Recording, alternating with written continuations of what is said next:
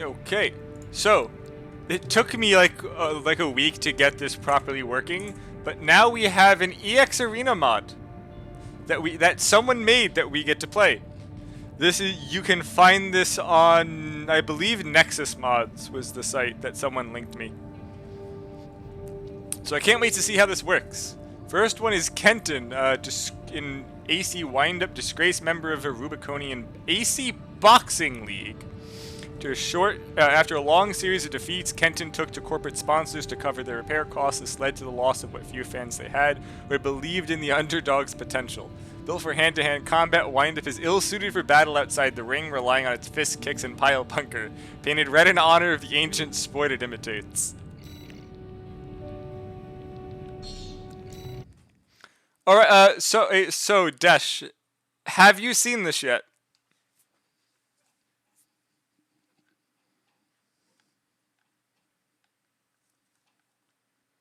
I'm honestly not sure what to expect at the moment.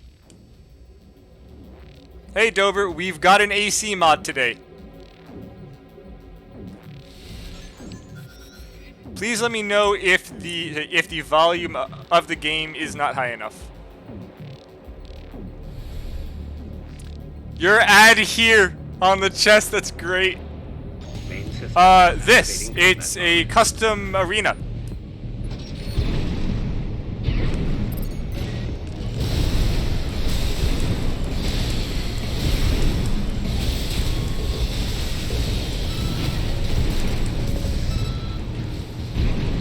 Hello, Bennifer.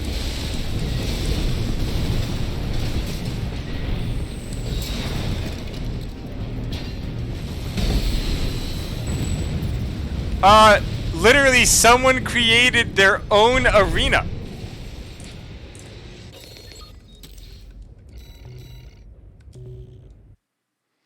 Like, as you can see from the list, hello, Jimmy. I'm currently playing a mod. Someone made their own custom EX arena.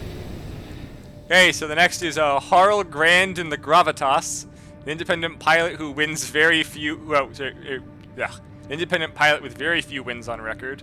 While most pilots' failures can be attributed to unexpected circumstances, overconfidence, or plain lack of skill, Harl's losses are almost exclusively dedicated by his love for theatrics. Heat of combat, he will intentionally overlook precious openings for the sake of dramatic timing. A proper coup de grace, for instance, must be preceded by a monologue of 45 seconds at the least. That's so stupid.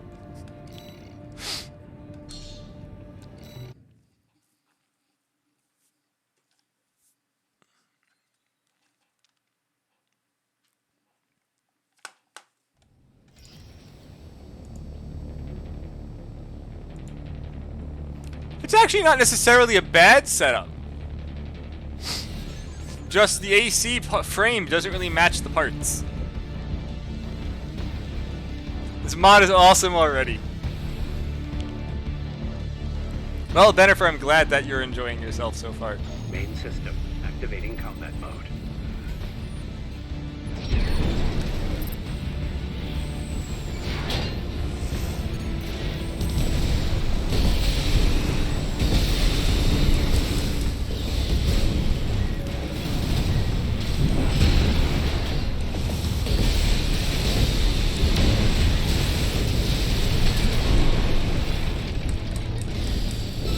That is me? Is that you, Altazin? Oh, I'm sorry, but you're dead now.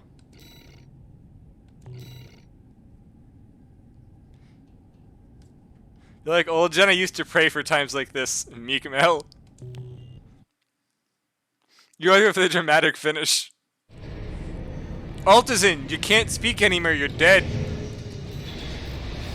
Okay, next is Comic in Carnival. It's a pink Rusty, okay.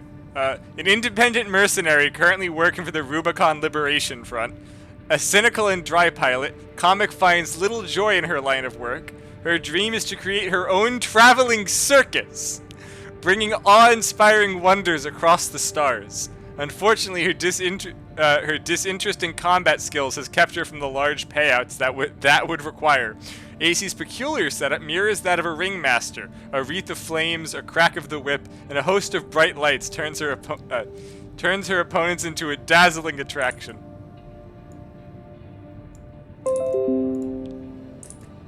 Oh, I'm gonna send this to someone because this is fantastic.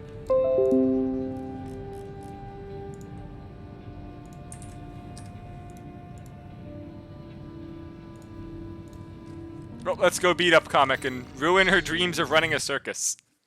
The Red Baron, is that Red Baron? I don't know if that's a Red Baron reference. There's a lot of circus things.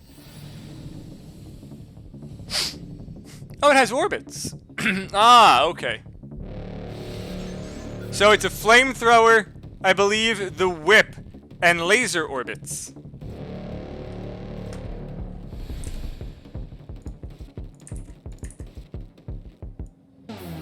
Main system activating combat mode. There, Amita hat.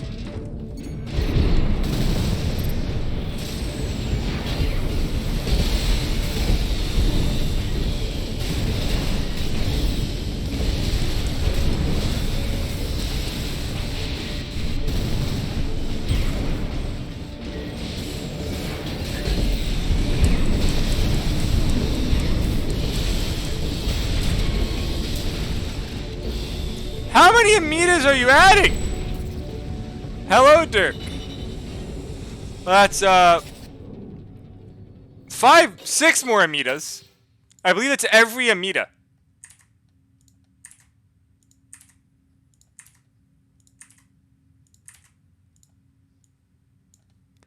Well, we got the Amitas came out in full force tonight.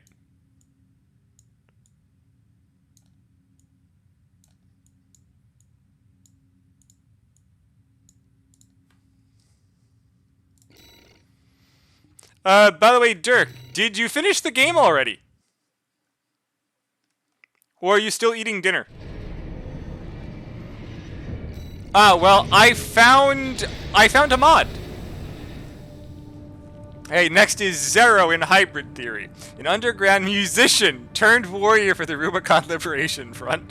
Zero sang of hope, love, and perseverance in the face of adversity. When corporate record labels co-opted his songs and began to profit from them instead, Zero laid down the pen and took up the sword. His rock ballads fusing a hip-hop and electronic synths carry the Rubicon Liberation Run through the harshest of battles. Now he sings for the choral and for liberation. Oh no, it's Zenoded drums.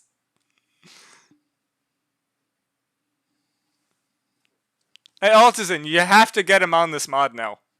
You have to get Xenote drums on this. Hey, Dirk. Could I get you to play this mod on stream? How many bits would it take? We need to get this to spread. We need more mods, meaning other mods have to get played.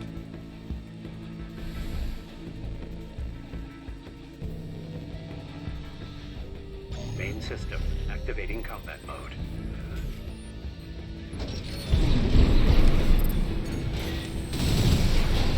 Now listen, when do we get maps like this for PvP?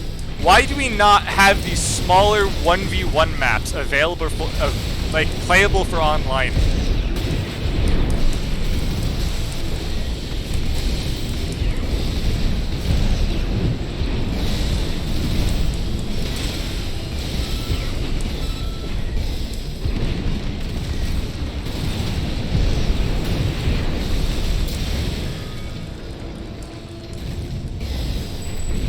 Like, this would be a great online freaking 1v1 map. Has cover, the size isn't gigantic, but it's not so bad that someone playing something fat would just completely roll you over.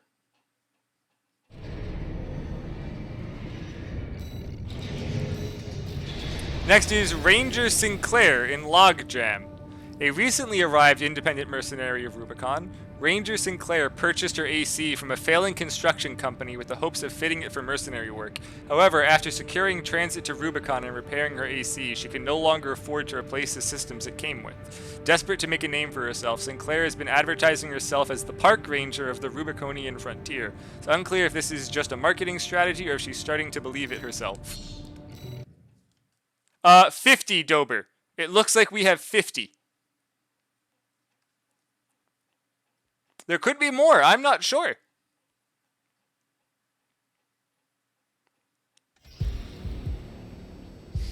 That's a chainsaw. Is that a pile bunker and a chainsaw? And a bolt gun.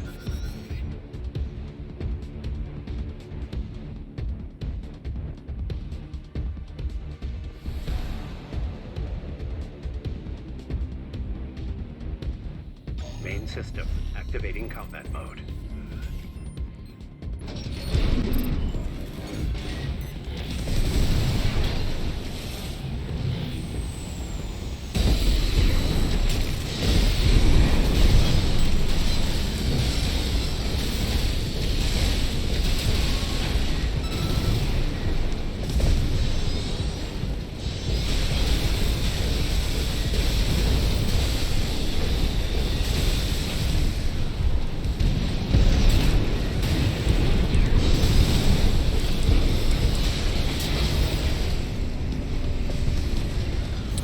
Sure, let me get you a link for the mod.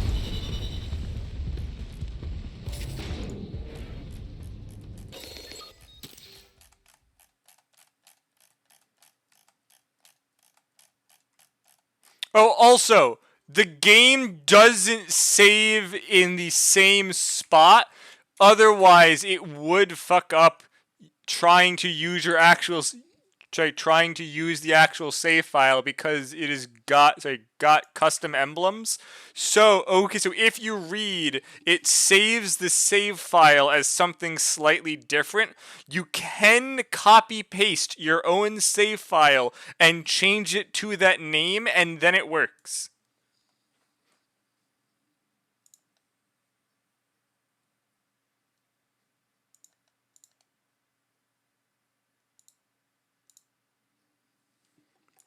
Okay, so you can transfer your current save file over, but you cannot bring it back afterwards. The custom emblems that they added for all of the ACs would stop you from going online. And next is Red Eye in 13 times. The industrious bandit. This industrious bandit is a rather wealthy, inexperienced pilot, granted access to the arena by the size of his wallet. Once an influential coral baron, his status was tainted when he was caught buying Ibis series parts with the hopes of building his own custom Ibis AC. So it appears his wishes have been granted, but time will tell to what end.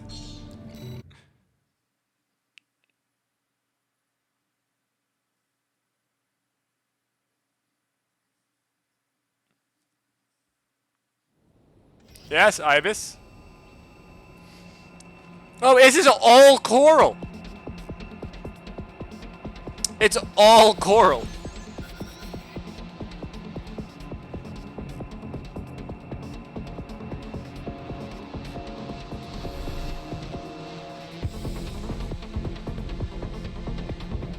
Main system activating combat mode.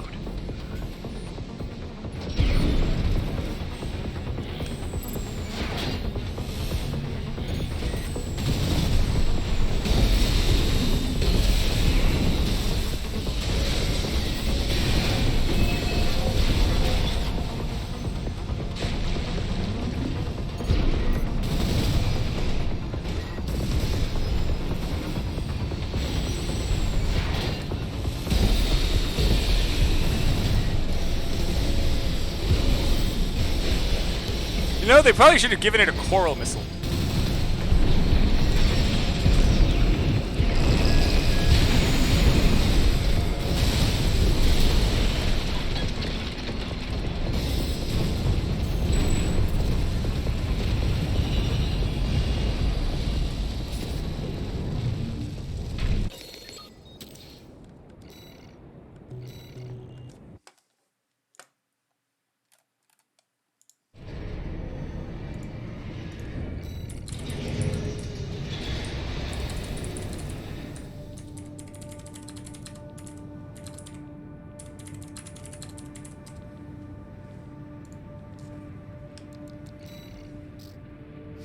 Okay, next is Hustler Red in Billiard 7. Hustler Red in Billiard 7.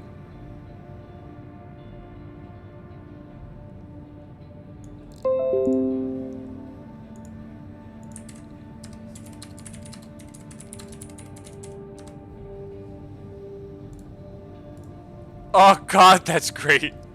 There's an imitator every generation. A member of one of the Dozer factions, present on Rubicon, Hustler Red is often found addled on coral, believing himself to be the descendant of a legendary pilots of the past. Few entertain his stories in the sorry state. Possessed of uncanny luck, the pilot has survived many a situation some thought impossible to escape. Hustler Red plays this off as proof of his true skills as a pilot, but luck can't last forever.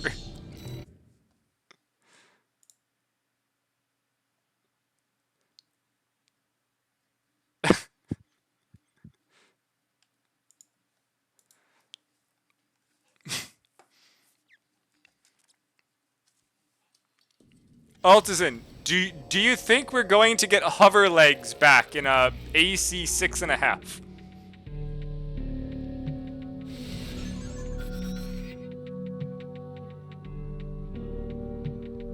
I don't believe this music's supposed to be on this map, but it's not bad.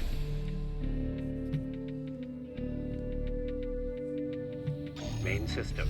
Why do they hate hover legs so much?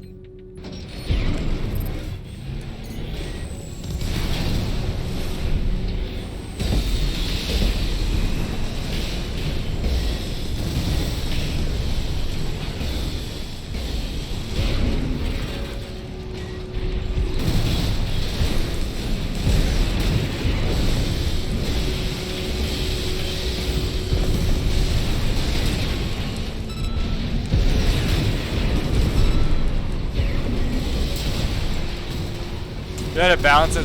What do you mean, Bennifer? We have the wheelchair. The wheelchair could have easily just been a hover leg, and the wheelchair doesn't need cannon, does not need the cannon ability a tank gives it.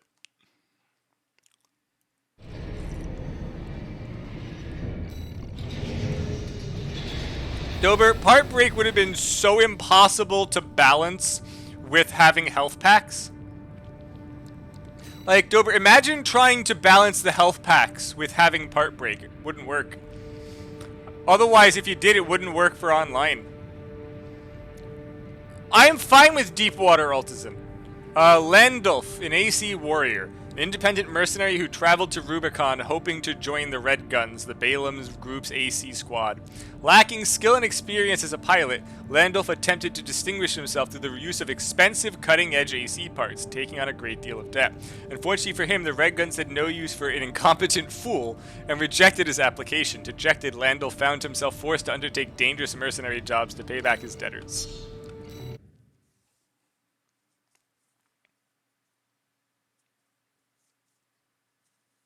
Well, no, Altizan. Hover legs have the amazing ground speed without having airspeed. And yes, hello, Krius.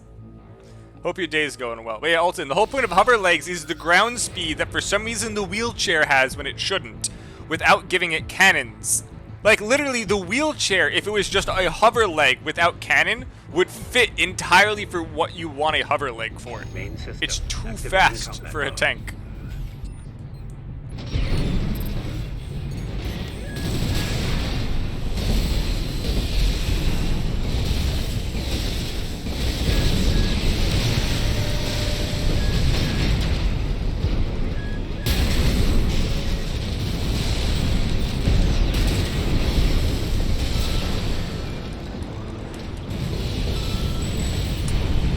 What do you mean by deep water arenas? You mean ones that have water you can fall in? I mean, I would love the old AC style areas where like you can fall in and just die for on the map. Those are nice. Okay, next is number 42, Andweiss Tall Cutter in Bunker Septiche. Member of the Tall Cutter Guild, a mercenary group dedicated to hunting beings larger than themselves, be they beast or machine. By no means exceptional, Andweis is an average pilot in most regards. His role is simply to distract the enemy briefly while his allies coordinate their strikes, as well as support their retreat if deemed necessary. Regardless, he is joined by his crew at the end of each day to celebrate the hunt, a toast for the wellness of the guild, as every member is crucial for victory.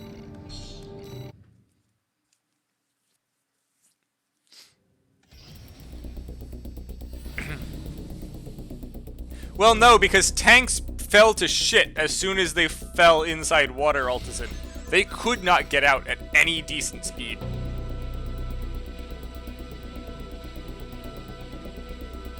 That guy is rusty as hell.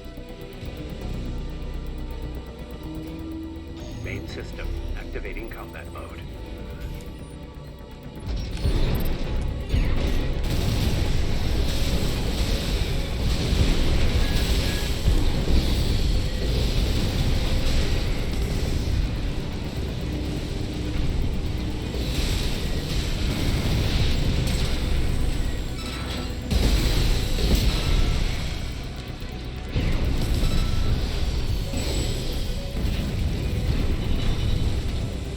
I mean, Altazin, it was also a really, really fat tank. Yeah, but the problem for ascending is that at least, okay, so at least the one that I was using couldn't go horizontal well. So you would just go up and then not really go anywhere and fall back down. You couldn't, like, climb out. You had to go to wherever a ramp was.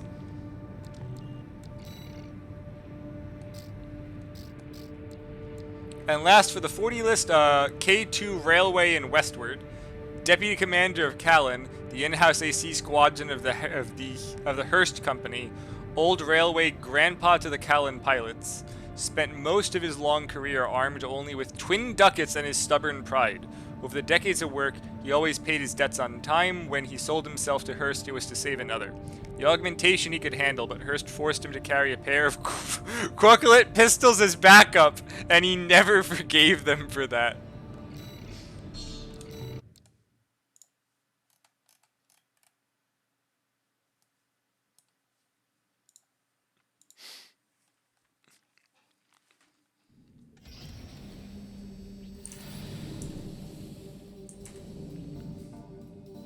That's a nice decal on the guns, though.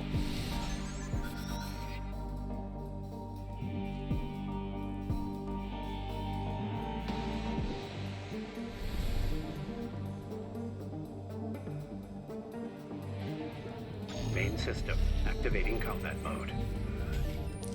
Though he's gonna have to get close, which is his issue. Why was he shooting from that? How was he even locking on from that far away? Unless he wasn't, he was just going for it.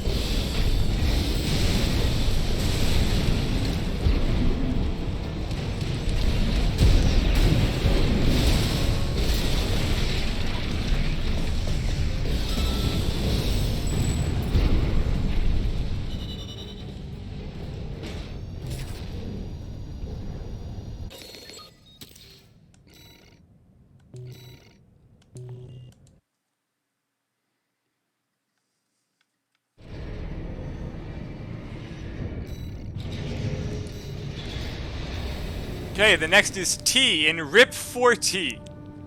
An independent mercenary who arrived on Rubicon shortly after the rediscovery of Coral. Little is known about him, save that he underwent rudimentary third-generation augmentation. He pilots a reverse-jointed AC, inspired by a squad of ruthless mercenaries from a time long past. Taking requests only from the highest bidders, he uses the profits to wage a bloody feud against the members of Branch. Though seemingly menacing, many of his enemies leave combat doubting his skills do justice to those that inspired him.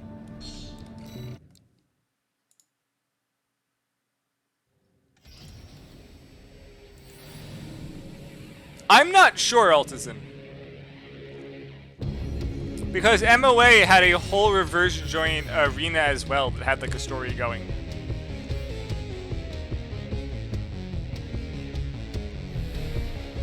Honestly, I couldn't tell you, Altazin. Listen, this is a rascal question. Yeah, but they were in all reverse joints.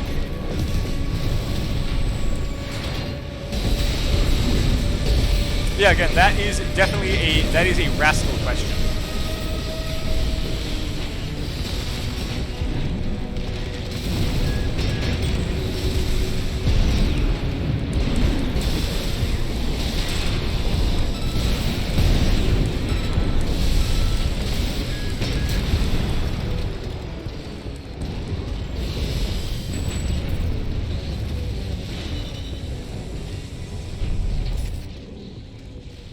Because I'm curious if they have anything that can beat this.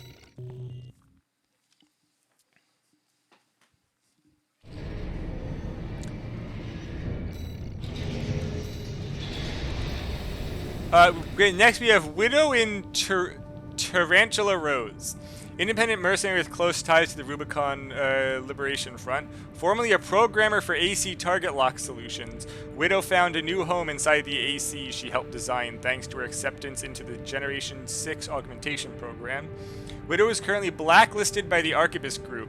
Proof of destruction can be sent to V8 Pater of the Vespers for a sizable reward. In theory, this should mean that she has long-range weapons, but I can guarantee you she is not. At least it makes sense she would have long-range weapons with that bio, but besides that there aren't any besides linear rifles. Nope, that is, yeah, no. None of those are, it's actually very close range. This spider, as well as the bio and everything else, is for snipers in like every other game that exists. I have not tried the 4-ish mod Altizen. I found one, but the guy couldn't explain to me where I put the RAR file. He just never answered, and the mod doesn't say where to put it.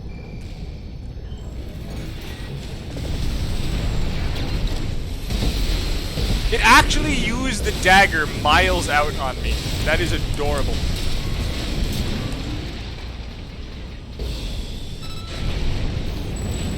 Yeah, Altizen, if you can find me where that file goes, I will definitely try it out.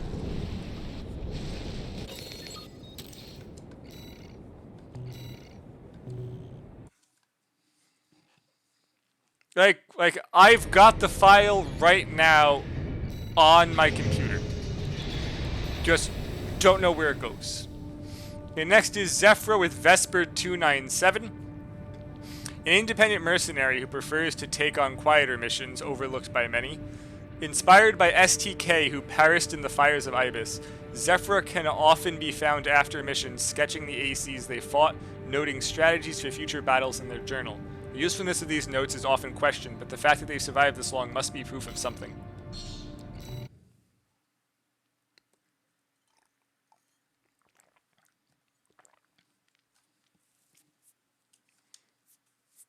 I think someone using Vesper for the name would be taken out by the Vespers. Interesting loadout, though. But very similar to another Rusty clone.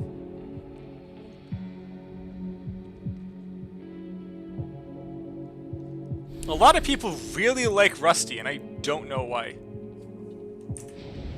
Main system. The guy just calls you buddy once or twice, and everyone falls over him.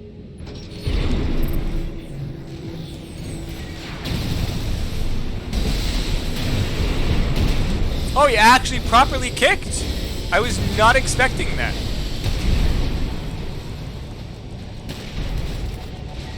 And they're using the Carla music? Okay. I think they actually put Rusty's AI in this.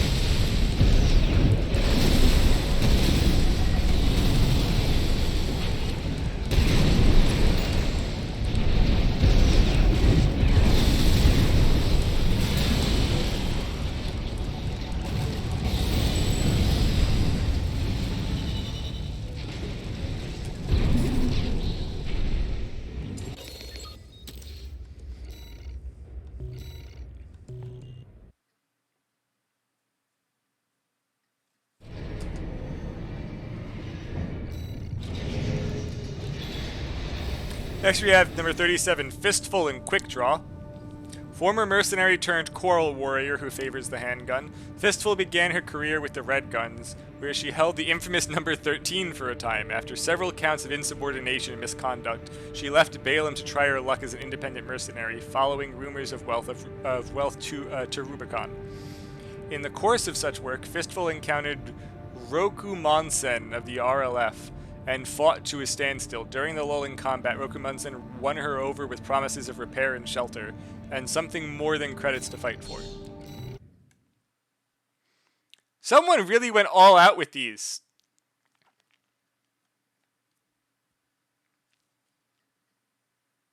Look, Dober. Clearly, the best companion in this game is Mad Stomp.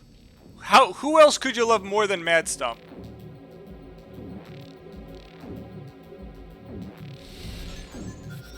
And yes, Red Eye, this is a custom arena mod someone made. They really went all out with these bios. Though there's a bunch of Rusty clones, there was a really funny, like a really funny 9-ball clone called Hustler, Hustler 7.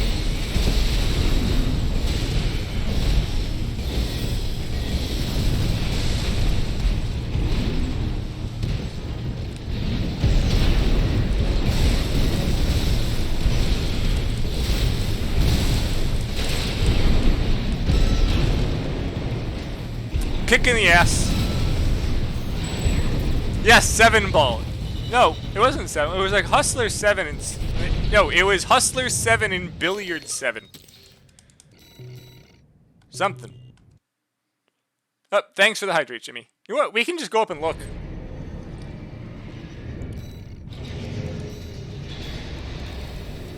Sorry, it was Hustler Red in Billiard 7.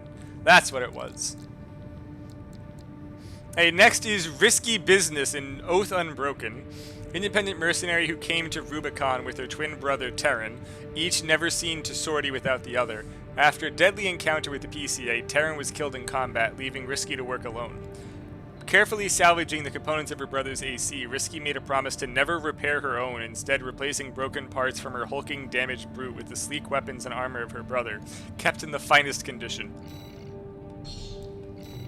That's kind of weird, but you know. I guess they did that with his paint job.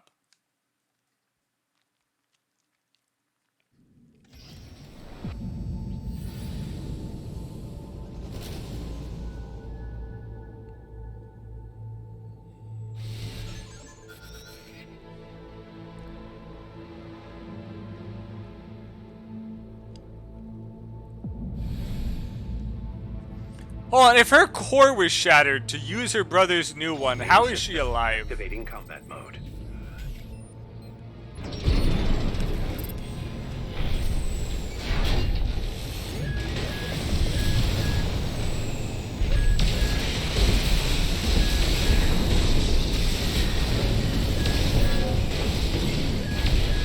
Oh, it's a larbster.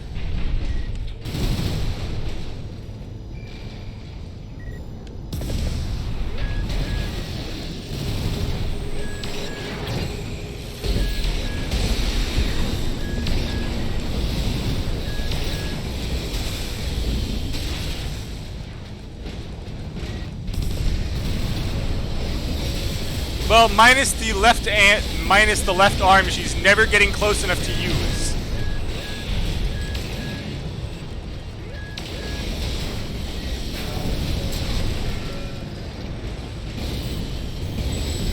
Yeah, I wasn't letting her get within whip range. She did the jetpack thing from 5th gen multiplayer? Yo, Dober, that's not how that works. She died but got better.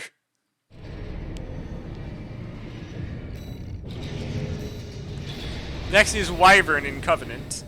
An independent mercenary who mainly focuses on R&D jobs. Sorry, R-A-D jobs? Right, R-A-D jobs. Citing an infatuation with their charismatic leader, Cinder Carla. Hyper-aggression is the name of Wyvern's game. She sports a healthy complement of homing missiles utilized for two purposes. Directing the enemy into close quarters to meet a thrust from her lance, and compensating for her awful aim.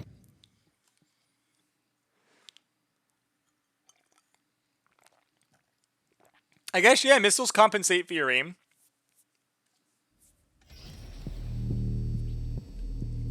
Can't say that's necessarily wrong.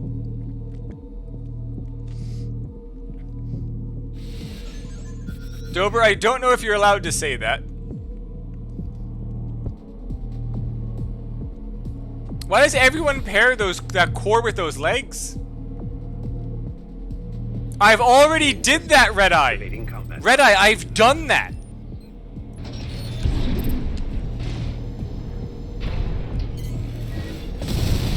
What do you mean?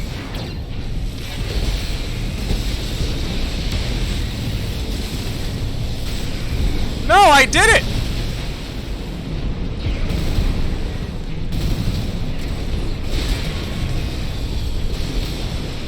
Hold on!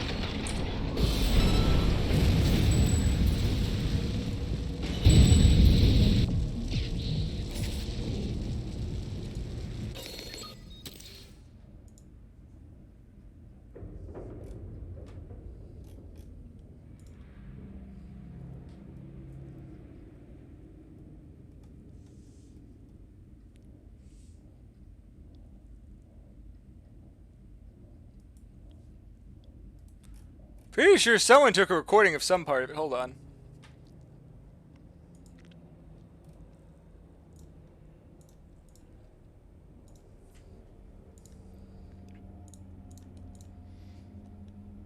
Okay, found it.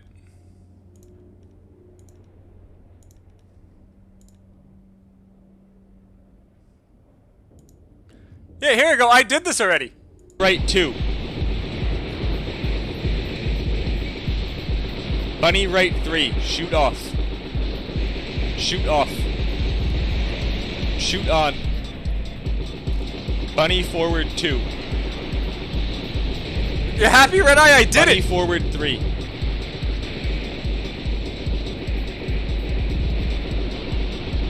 Left 1. I Bunny freaking set forward this shit 2. up. Boost 1. Yeah, see, Red Eye? I freaking did it.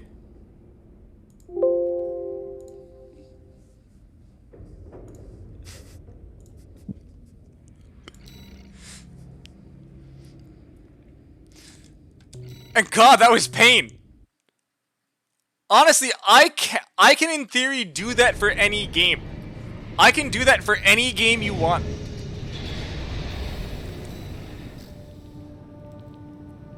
Literally, if you spend $3, I can to get a program, I can do that for you for literally anything. Okay, next is Alexandria 7 in Phlegathon? A former dozer turned Rubicon Liberation Front fighter, one of a great many in the RLF's ranks. Insisting that Alexandria 7 is her true name, her grasp on reality is rather tenuous, particularly under stress. However, her successful track record and low maintenance scavenged AC have kept her in the good graces of Bellius Command. Unusually for a former dozer, she holds little regard for Dolmayan's ideals. Her contempt for the corporate invasion of Rubicon comes from somewhere and someone entirely different.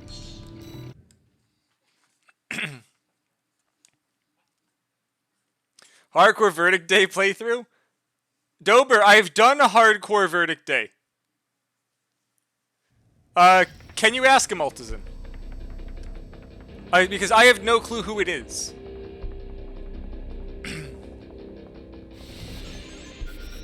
Dober, that's not gonna happen.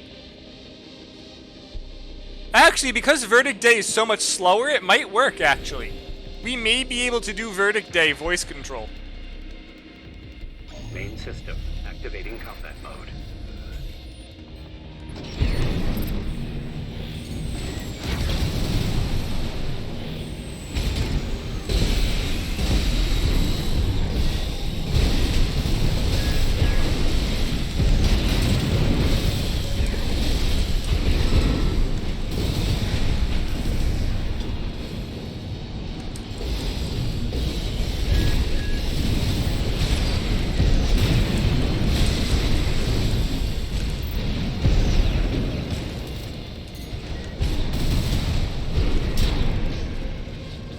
But a man can dream.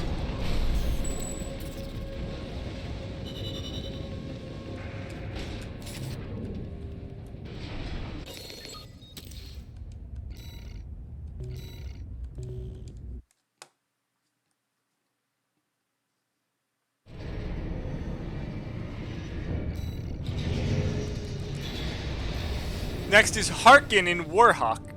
An independent mercenary seeking big-figure paychecks to fund the upkeep of his Generation 1 augmentations and his excessive ammunition expenditure, with little to no sense of self-preservation, caution, or even humanity. Arkin has developed a reputation for causing unnecessary devastation and is rarely considered for jobs requiring discretion or finesse.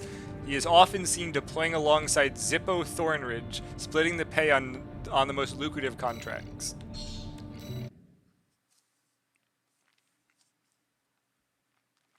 Why do you want me to redo the shitty voice control AC playthrough? Why do you want me to redo it, Dober?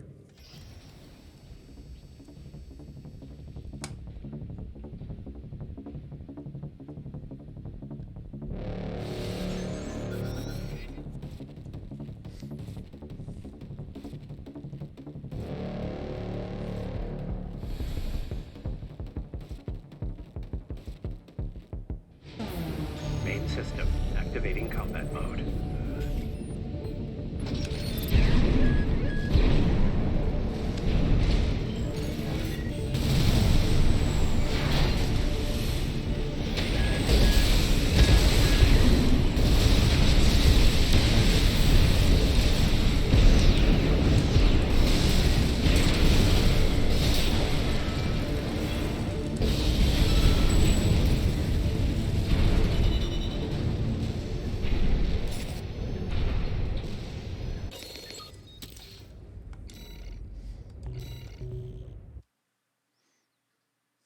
Thanks, Altison.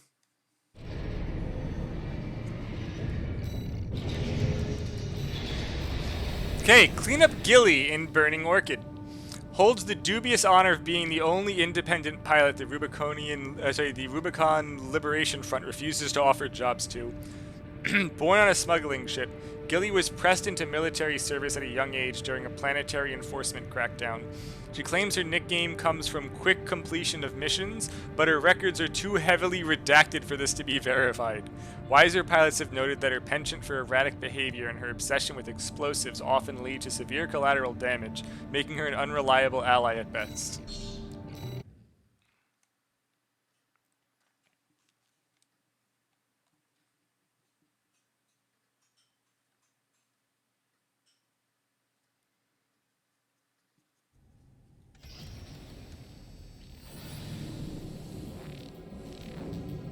Honestly, it's a very nice paint job.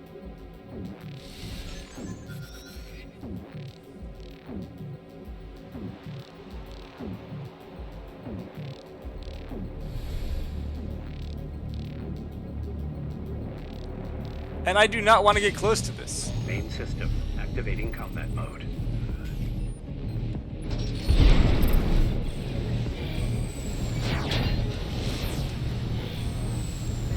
Why don't I recall, is this a custom map?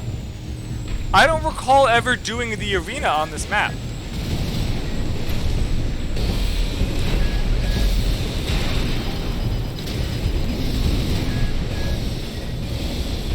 AP at 50%.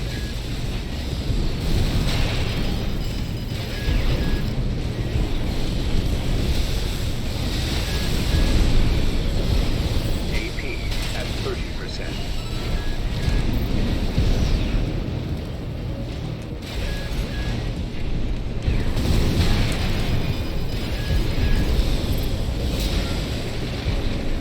She's actually quite annoying to fight.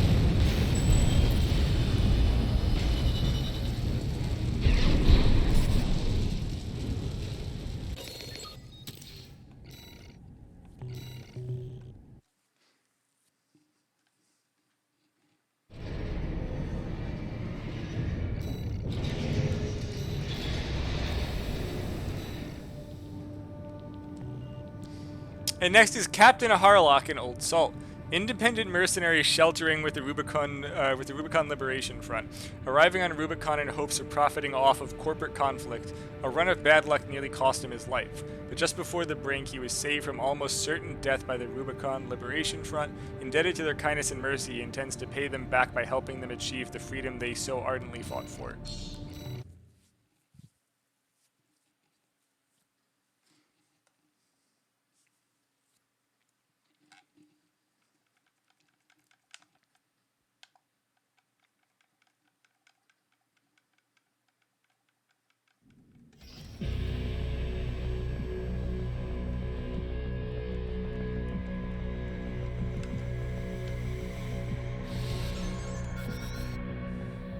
Main system. Activating combat mode.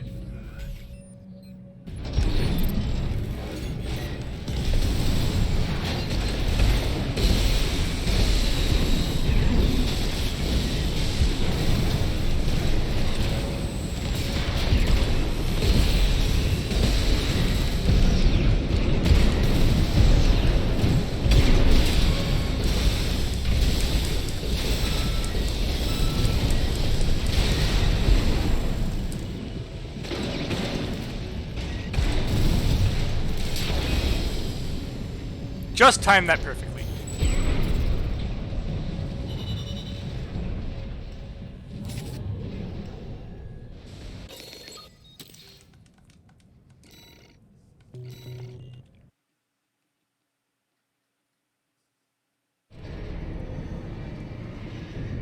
See what's in the next row. Next we have Gold Kahoot in Frog Eye 1. Hailing from the Lave star system, the Frog Eye Force seeks to collect as many biological samples as possible before the long prophesized Great Firestorm returns. Appalled by the fires of Ipis, the desperate governments of Lave came together to form a system-wide democracy, swearing on the harmony protection of all ecosystems. The Frog Eye Force takes its name from a mysterious three-eyed amphibian endemic to Lave. A neurotoxin released from the creature's skin develops psychic abilities in those affected. What a weird bio.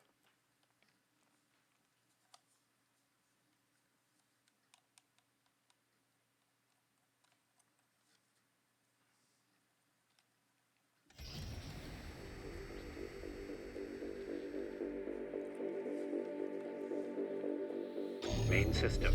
Activating combat mode.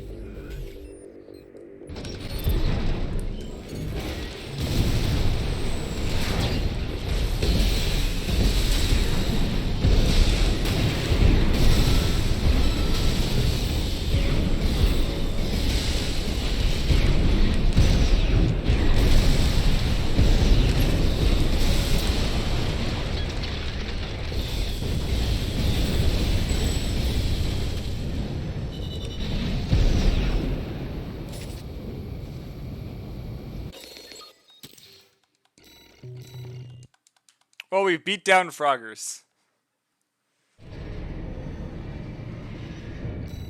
Let's see. Next is Joyuse in Stardust Justice. Independent mercenary primarily performing cleanup operations for the Rubicon Liberation Front, a self-proclaimed ally of justice despite lacking official membership with the RLF. Her overzealous commitment to her own flavor of justice is overshadowed only by an overwhelming protagonist complex. Styling herself as a hero, her delusions of grandeur contribute to an unorthodox fighting style focused on flashy displays of martial prowess and a reckless disregard for self-preservation.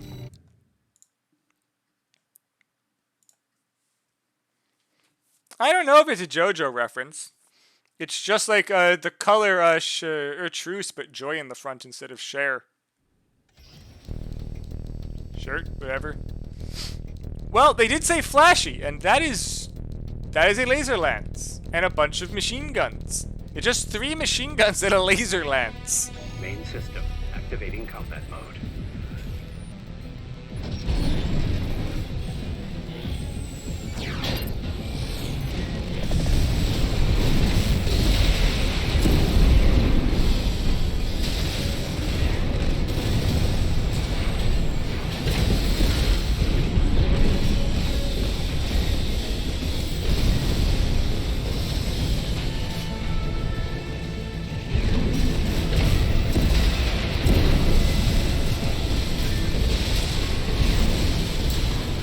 Sadly, the biggest issue with that charged lance is you can quick boost out of it, making the lance almost completely worthless for PvP.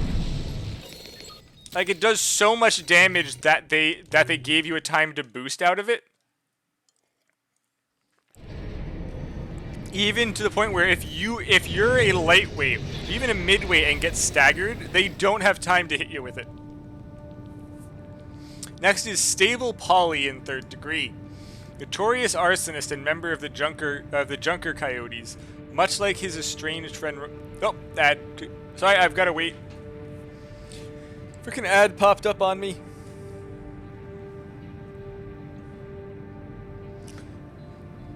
So, gonna quickly go and take a break.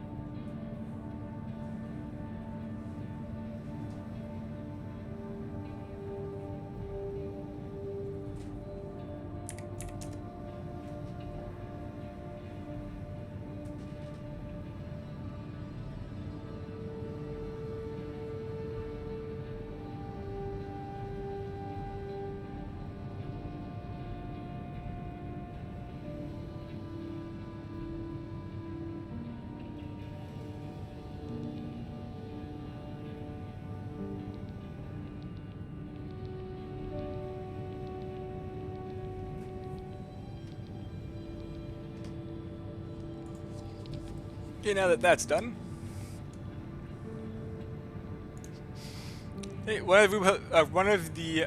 Alright, so next is Disable Polly in 3rd degree, notorious arsonist member of Junker Coyotes. Much like his estranged friend Rummy, Polly is addicted to coral-based substances, but unlike Rummy, the drugs render Polly into a trance-like state, further enhancing his already unhinged tendencies. Even among dozers like the Coyotes, Polly is considered especially psychotic. His frequent poetic orations about fire and flame leave many uneasy, and unsure as to why the Coyotes' leader keep him around.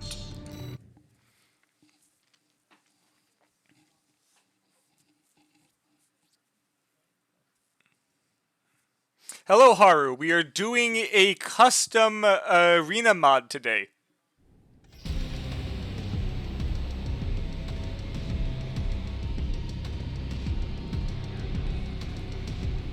Main system activating combat mode.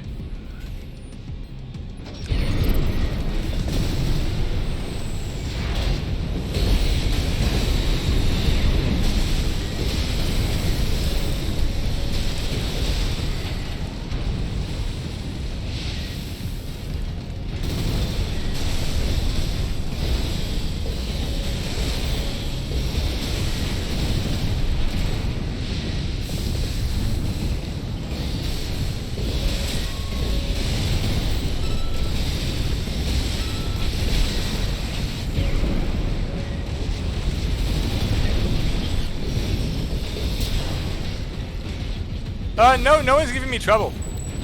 It's I am blasted the fire and flame at full volume. Honestly, Dober, I don't know what that song sounds like. All I know about that song is that it was a very hard on Guitar Hero. I think it was Guitar Hero.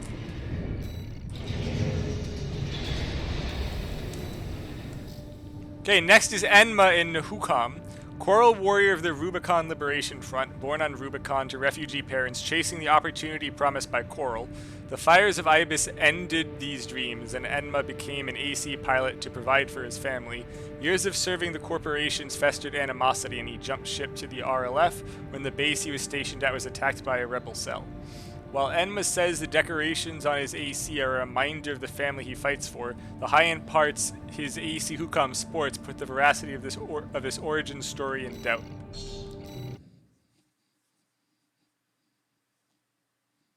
You know, I'm happy no one's redeemed Guitar Hero, Haru. The only rhythm game I've had to do was Rhythm Doctor, but that was quite entertaining.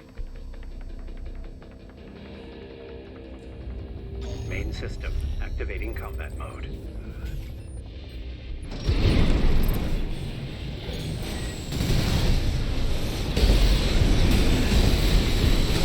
How did that miss at point blank?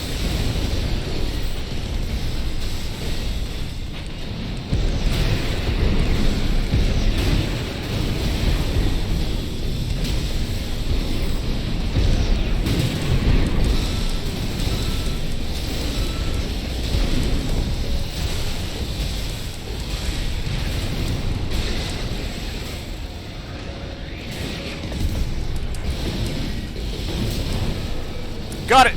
Pelted it down and then shot through it.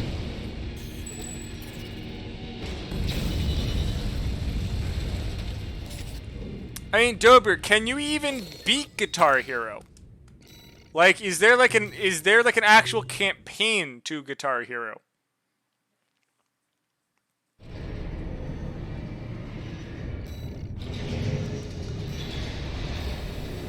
And next is Pointer Mako in Sandman. Veteran soldier and squad leader of the 44th Mako Sharks. Mako Sharks, I guess it is then. Mako is from frickin' Final Fantasy VII. Previously, serving under Balaam Industries, Mako's request for promotion to the Red Guns after years of proficient service was rejected. Following this incident, he opted to pursue his own goals rather than re-enlist, with most of the men under him following. Though discharged from Balaam on amicable terms, the Mako Sharks began accepting work from Arquebus Corporation as well, rendering the squad's existing partnerships uneasy.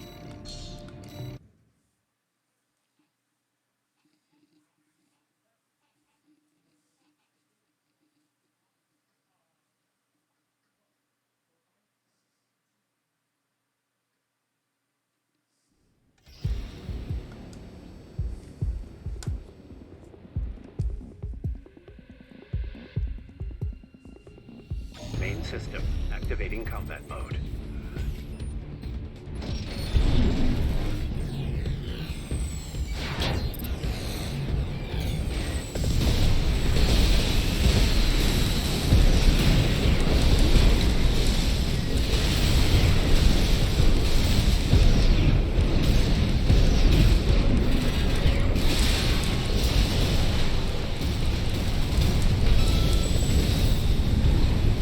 So the fun part about AI, they will dodge a kick even if the kick isn't going to hit, because they're just scripted for certain movements.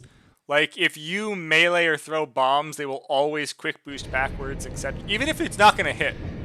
And you can just let them do shit, like let you regain your heat gauge. Hey, now we have Clock in Blue Bolide. One of the independent mercenaries who managed to sneak onto Rubicon following the chaos of the fires of Ibis. Clock held a strong belief in energy-based armaments, and his AC Blue Bolide is a testament to his laser-focused performance. Often seen operating at night to showcase the light show for his fellow mercenaries, recent happenings in Rubicon have attracted him to the red gleam of coral generators. He might just attempt to get his hands on one.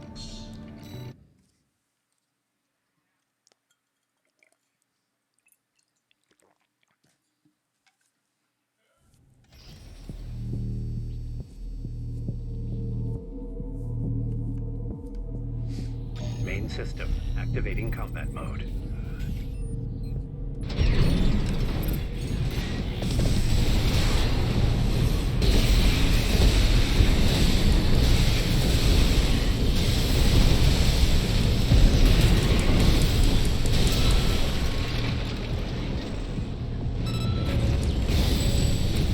I'm actually not sure, Haru. All that I know is that Urban Dictionary is a terrible place. A terrible, terrible place.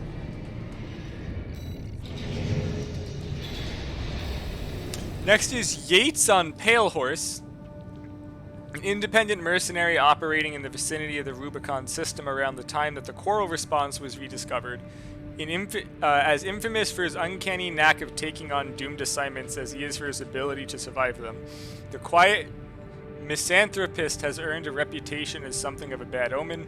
For those of a less superstitious persuasion, it is difficult to guess that this trend is more than mere coincidence.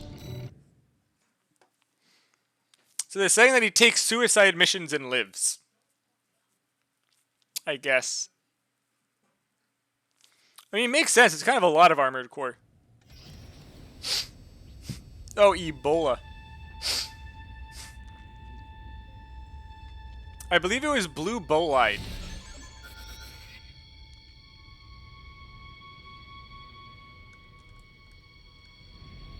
Main system. Activating combat mode.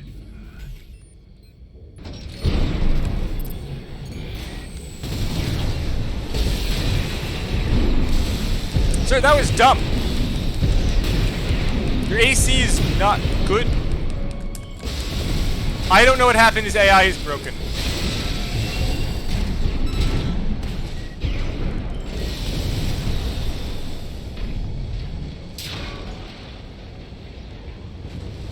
Oh, 3 of them came back.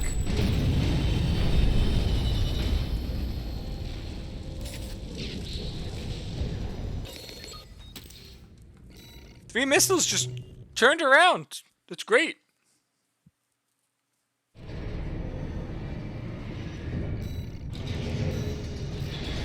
The next is Reed in OS02 Dianthus 2.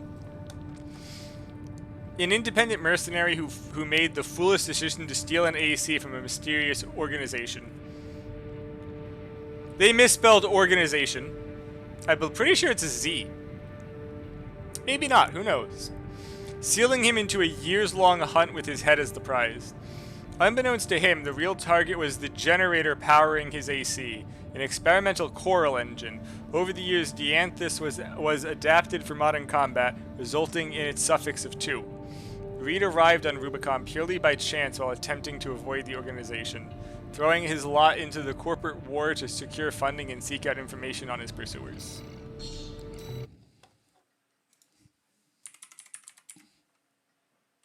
Yes, it is in fact supposed to be a Z.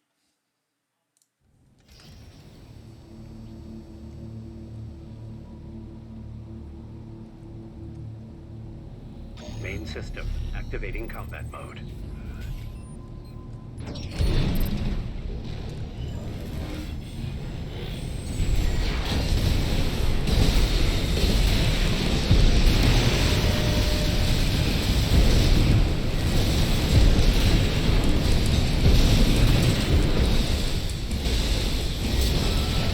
So you had no follow-up. Yeah, you had no follow-up and 0 throughput for that.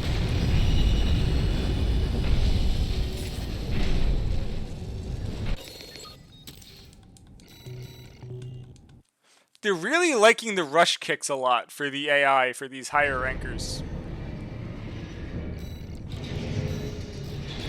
Okay, now we have Witch Doctor and Plague Shaman.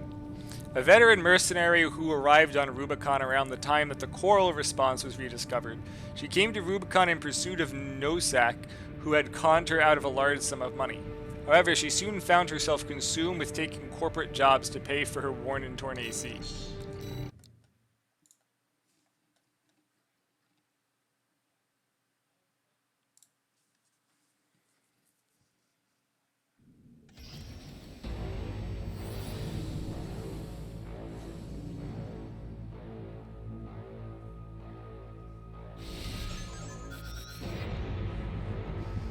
Haru, spam kicking with nothing behind it was not a valid way of playing. You need to have something to do once you kick them. Combat mode.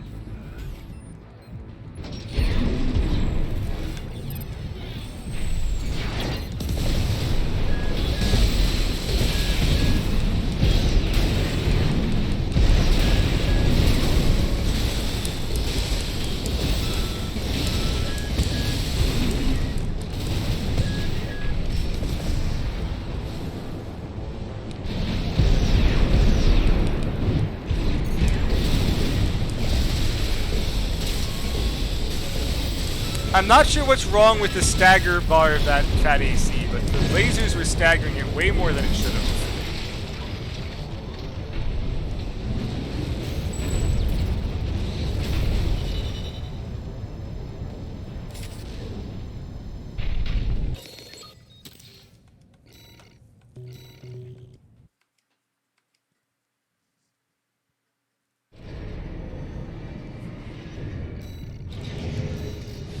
Next we have the Senator, Blue Spade 02.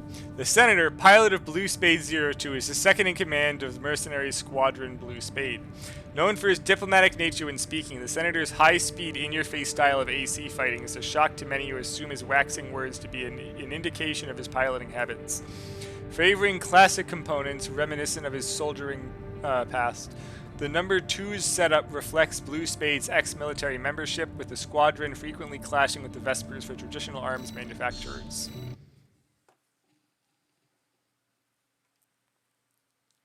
You know, I was hoping for a Senator Armstrong reference. I don't know about the lore enough to tell you if that's accurate. Probably not. Because it doesn't say nanomachines. Main system activating combat mode.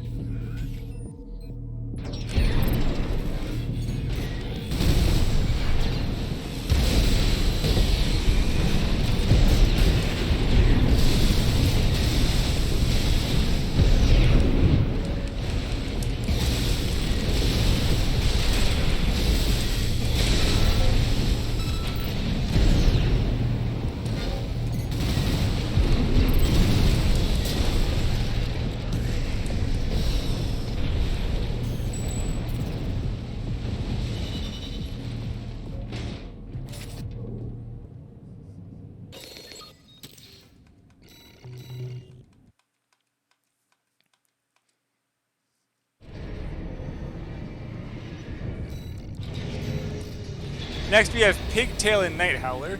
A product of Generation 8 augmentation, Pigtail is a member of Archivist's 7th Vesper Squad. Subordinate to Swinburne, the call sign has been broadly considered a joke due to the necessity of chasing after his superior to correct any complications that arise from his theatrics. Resentful of this position, Pigtail has maintained an extensive record of such incidents with intent to claim the position of V7.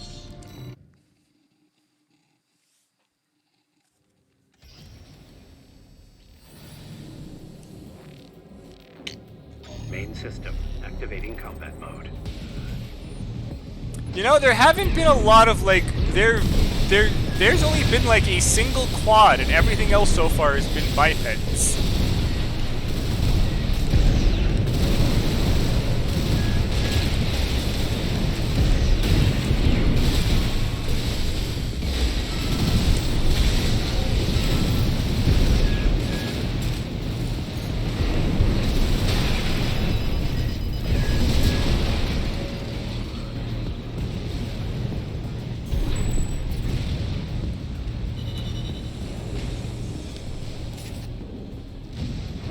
Actually, a giant lack of tanks. I was expecting a lot more wheelchairs.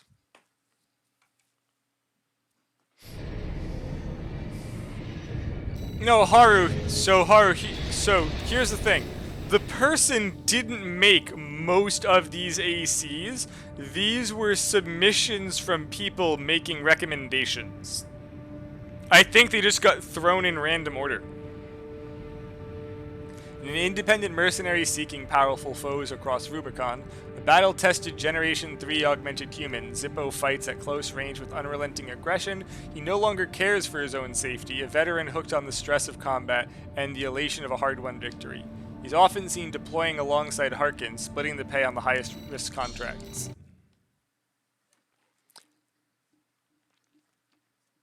Hello S, how's it going? We're doing the arena mod you sent me. After a week, it's working.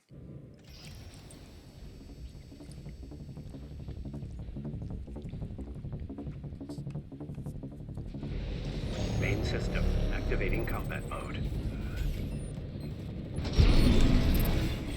Honestly, it's very easy to set up. I just had everything running to freaking run as admin, which which apparently messed it up.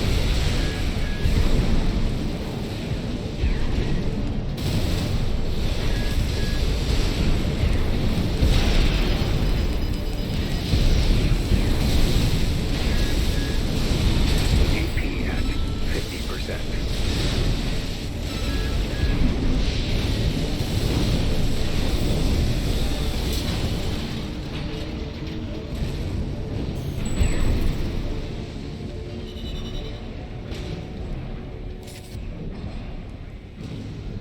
Nice. Hope you were having fun.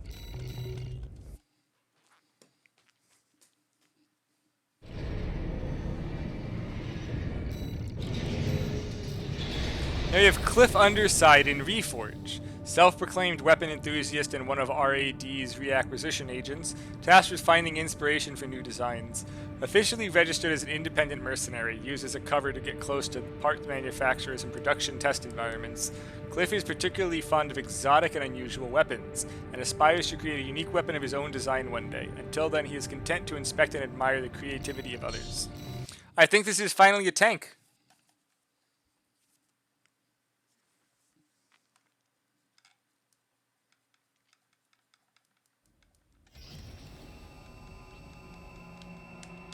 No, it's a quad. Still good to be our second quad. Main system activating combat mode. Let's see if it uses the hover platform. That was the wrong button, unfortunately.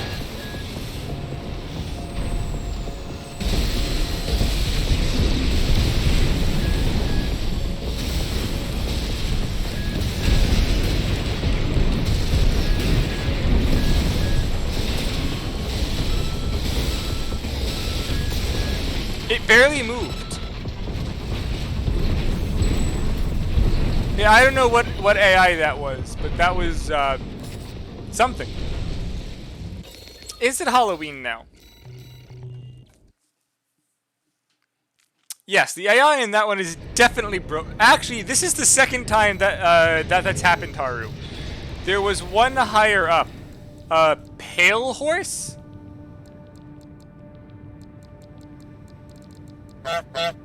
That just also broke. It was up there somewhere.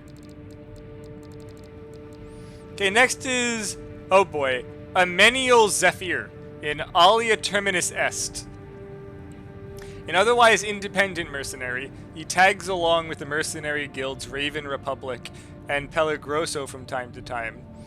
Taking up the mantle of AC pilot has allowed him to pursue his dreams of traveling through the stars. While having participated in several well-documented campaigns, he claims many more without official records, boasting such feats as befriending a fifth-dimensional being and fending off a cosmic dragon. He regales any willing to listen, and his closest comrades even back up some of his claims with varying degrees of earnesty. That's a meta? Watch as AC 6.5, the final boss is actually a coral dragon.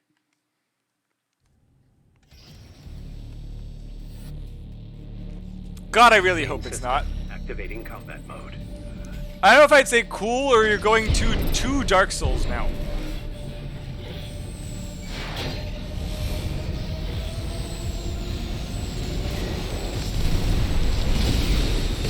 Oh, we have another quad.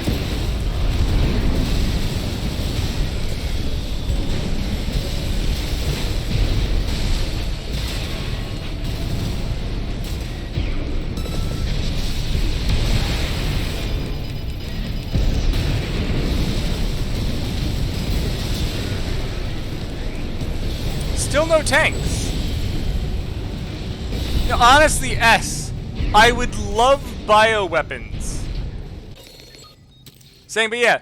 So, I would love bioweapons, S. We don't need a dragon. I don't care if we get the Rotten from Dark Souls 2, but we don't need a dragon. Okay, now next you have Nyx Orania in Halcyon. Or Halcyon, as the franchise likes to say. An independent mercenary who wanders Rubicon after the death of her lover. While a struggle at first, Nyx has become adjusted to intertwining her paramour's chaotic arsenal with her own methodical sense of combat. using his AC's signature weapons as a means to carry on his legacy. Fighting this way makes Nyx feel closer to her dearly departed, a former member of the Red Guns. But yeah, as for broken, it hasn't been that broken. 2 ACs seem to have not functional AI. The rest has been perfectly fine with no bugs. Some fairly creative, honestly, fairly creative bios for a lot of these.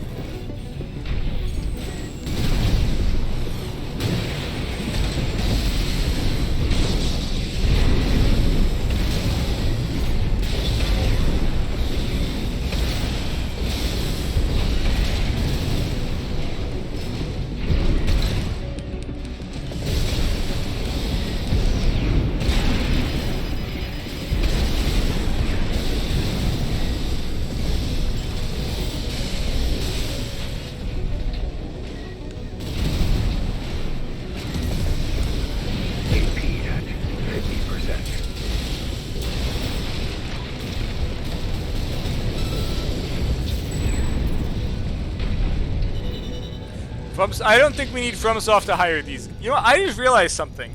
I never read the regular arena bios. I read none of them, and I really have to do that one day. What do you mean, Haru?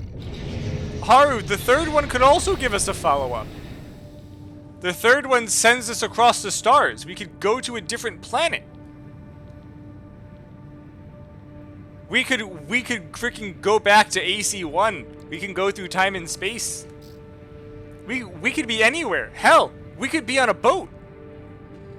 Okay, next is Saren Avieraz and Kit Fox, a longtime crew member of the unaffiliated mercenary group Pax Pyres, currently hired on the Rubiconian Liberation Front. Carrying himself with respect and courtesy for those faced on assignments, Saren often levies small compliments and praise to enemy pilots in the midst of the fighting. To him, a fight between pilots is not a matter of animosity, but of enthusiasm and determination to win. Saren wasn't there for the destruction of the enemy pilot, but for the challenge to overcome. Respect is earned after all. Well, that depends, S. If you can go anywhere in time and space, that is your choice.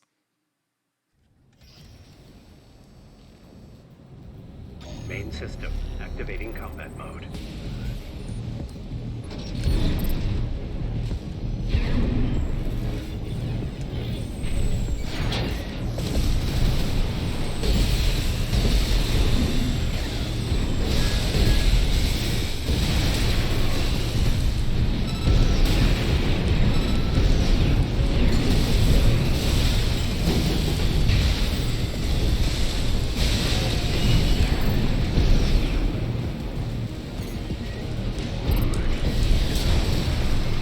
First shot, right in the face.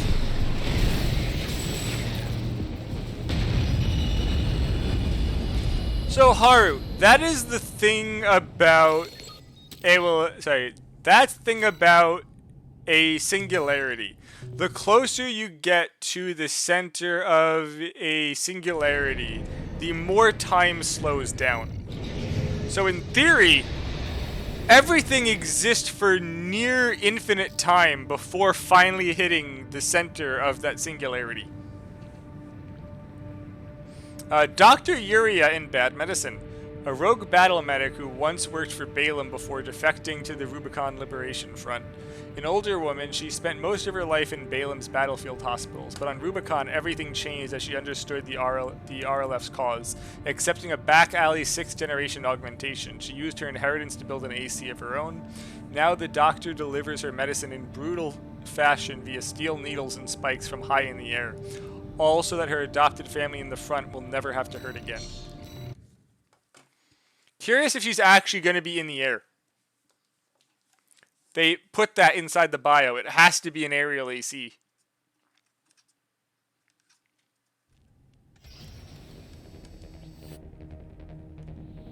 Main system, activating combat mode.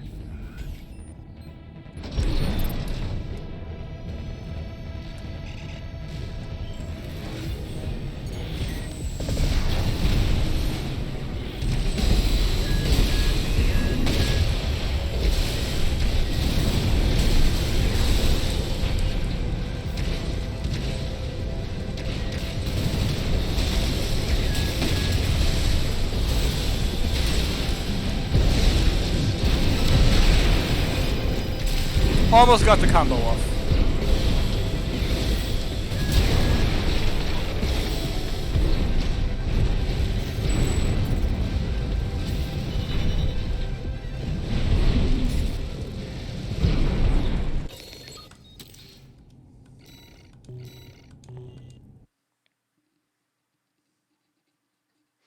I wouldn't necessarily say they're all PvP builds. Some of them are definitely joke builds. Next we have Celeste Enfer in Bright Rain, a freelance Rubiconian determined to take revenge on the corporations that ravaged her homeland.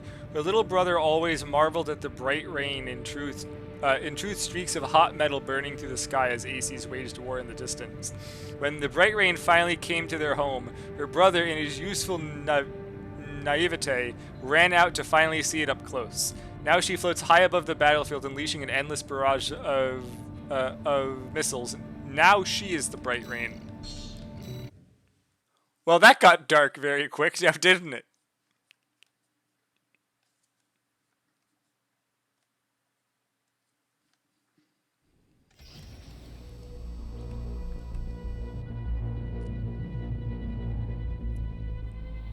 Main system. Activating combat mode.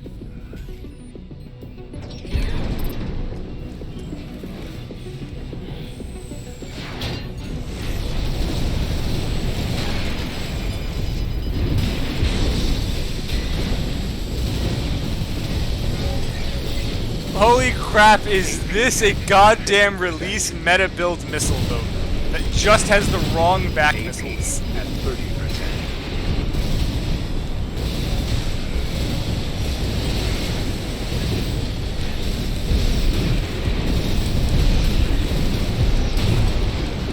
You know, I may not be able to beat that with this. I've got to say, this does not have a plan for a missile boat.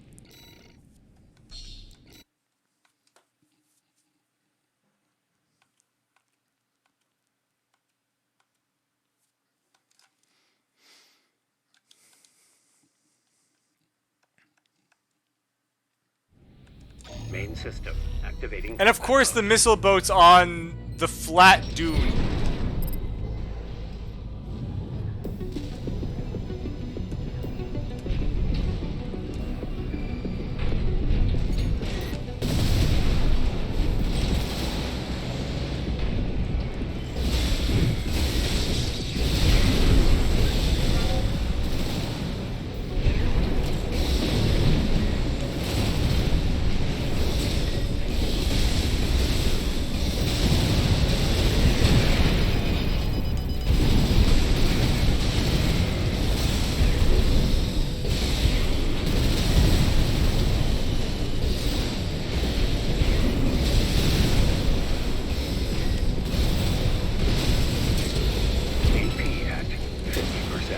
There we go, much better.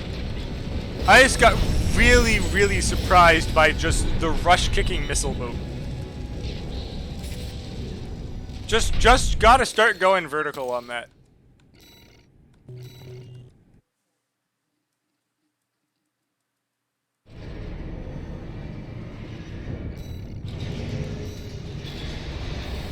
Now we have CL in Stardiver.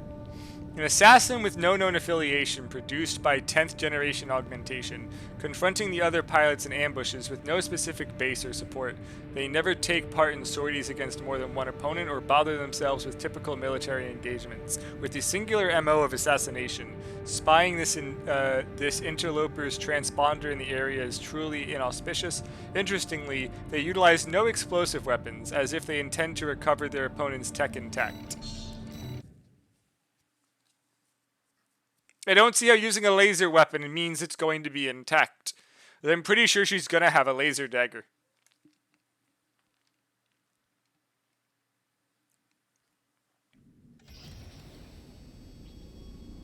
Oh no, it's a laser lance! Main system activating. And I'm pretty sure those are needle launchers for the missiles. You know, the needle missiles, whatever.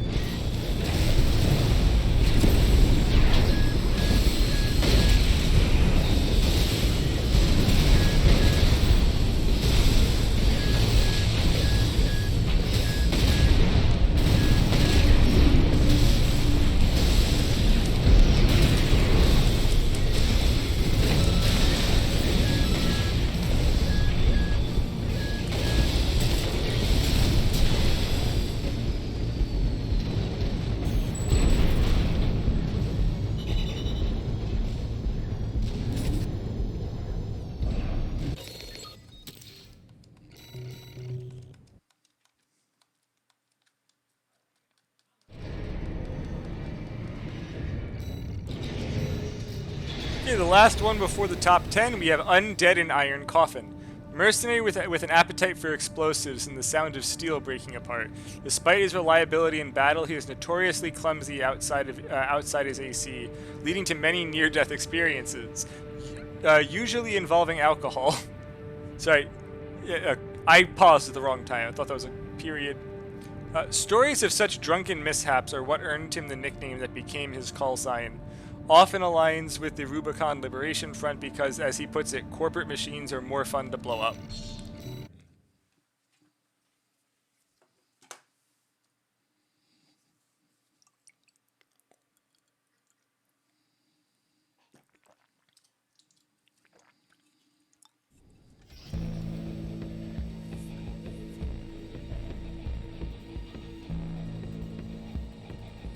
So many flamethrowers. Activating combat mode.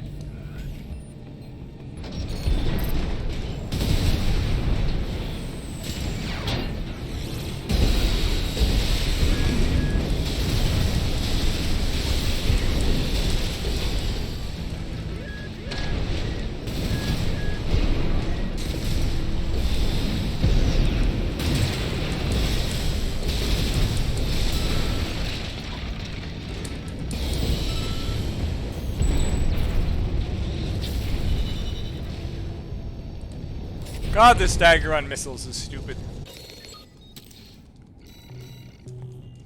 Okay, now we have the last 10. So I'm actually going to start the ads early, and I will be right back. I'm gonna actually go refill my drink.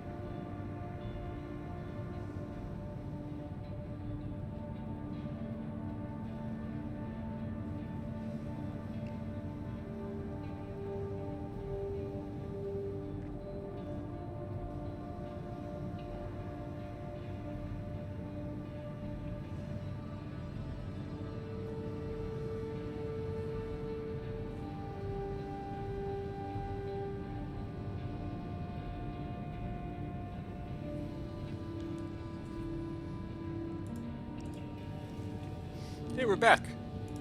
Let's see what's in the top 10 here. Let's see, so the next is Tunado Furinalia in Visigoth. A mercenary affiliated with Deepwell PMC. His distinctive approach to combat lies in his enthusiasm for and artful emulation of the Visigoths. What? His AC, patterned after the Germanic warriors of old, is a testament to this inspiration. Well, that answered the question. Donato pilots his AC with calculated aggression, engaging his opponents with a blend of close-quarters strikes and mid-range tactics. His fighting style makes him an inefficient pilot, while also infusing every skirmish with an unnecessary touch of historical homage, a true bizarre presence on the battlefield.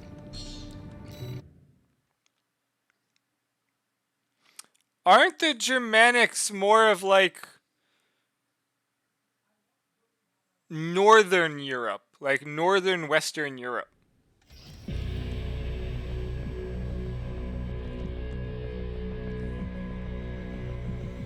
Main system activating combat mode. Unless, like, Spain was even Germanic at one point, I'm not really sure.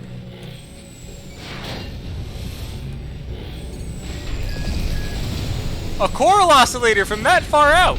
Are you mad, son? Who is that supposed to hit?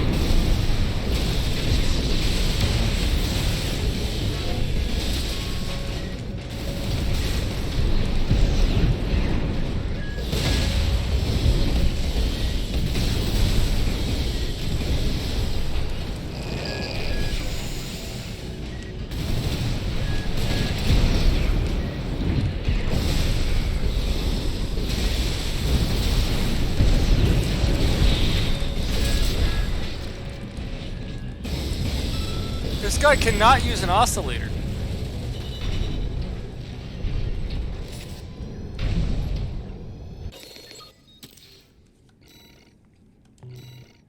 You know, it probably is Spanish considering the guy's name. Because that's like a very Spanish or Italian name, Visigoth. Okay, next we have Carpal Carlito. Oh, finally a tank! In Ardor Ataud. Taud? A mercenary aligned with the Rubicon Liberation Front, given the title of Carpal, an honorary position held by 7 others. Paralyzed from the waist down, Carlito lived by the words Montor o Morir, seeking thrills to escape the cruel hand he had been dealt. However, following the loss of his younger sister, these tendencies took a dark turn. He now finds himself confronting engagements with reckless abandon, no longer for the thrill, but for the prospect of finally putting his so-called armored coffin to good use. We finally have a wheelchair or any tank, and it's a cripple. That's honestly almost poor taste.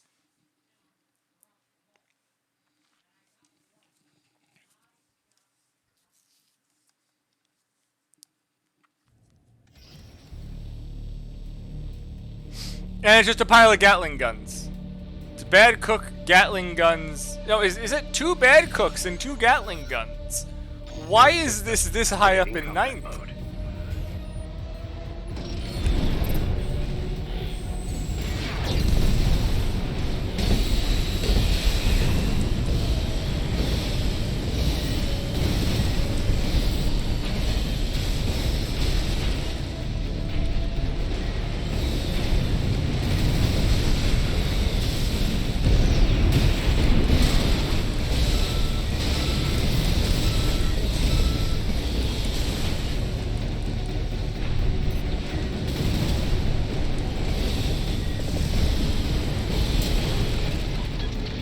Man cosplaying 3rd gen ACs. Is he cosplaying a 3rd gen AC?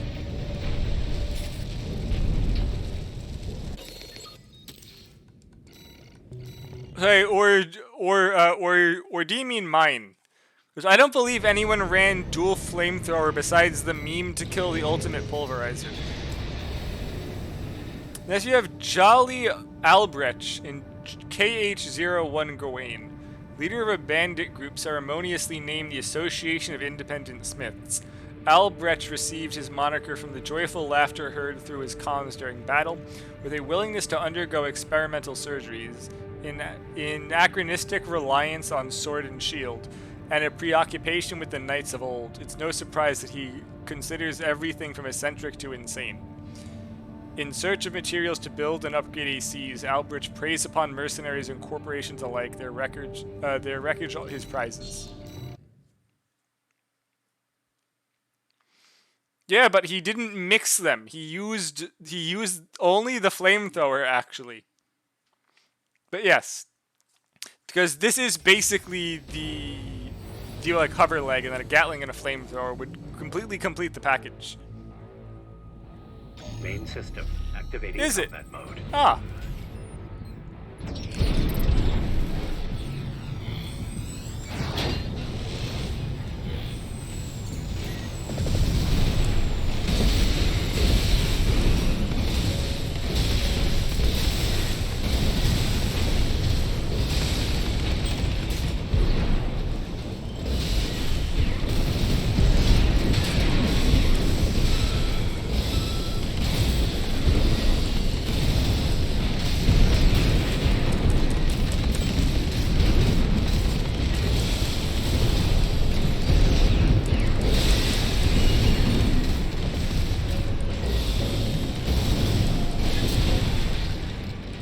All at the same time. Nice.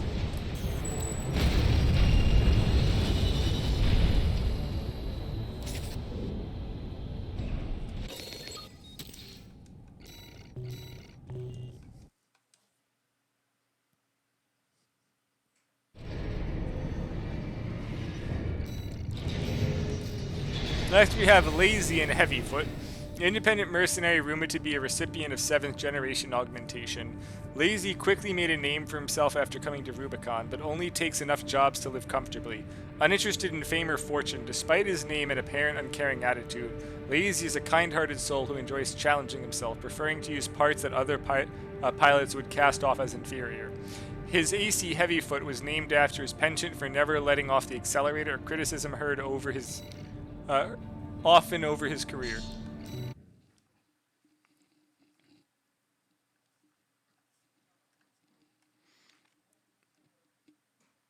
Hopefully that means this guy just has a Burzel and Exalt boost at us constantly. Would be a nice touch to see it being used. Well, he has a chainsaw, so activating combat mode. I believe it's safe to say we're fine.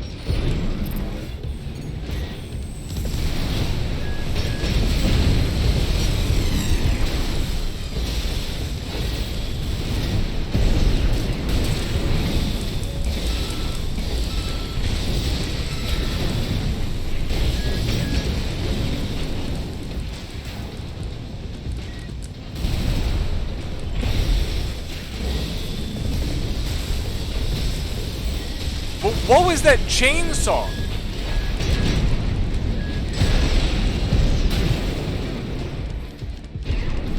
Like, what was that chainsaw going for?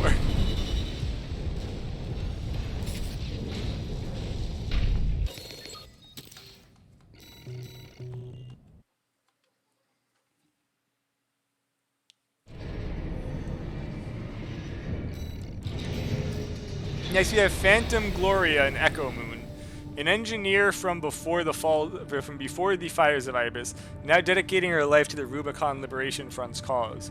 One of the Institute's ancient quarrel weapons, the Echo Moon, fell into PCA's hands after the fires, only to be captured by the RLF and repurposed according to their ideals, stripped of coral-burning machinery and turned into a tool of liberation.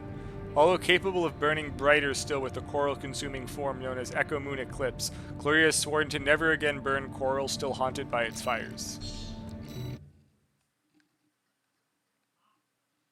That's a really weird OC thing to add. We haven't had limit release since AC2. Oh, they threw a soundtrack on this one.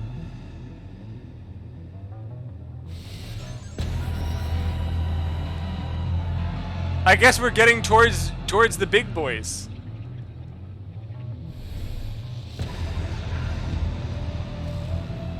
Main system activating combat mode.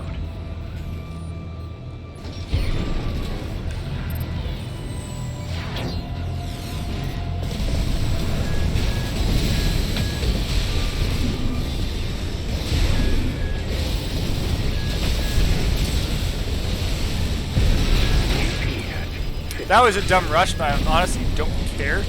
Pretty sure that this fight's already won. At 30%.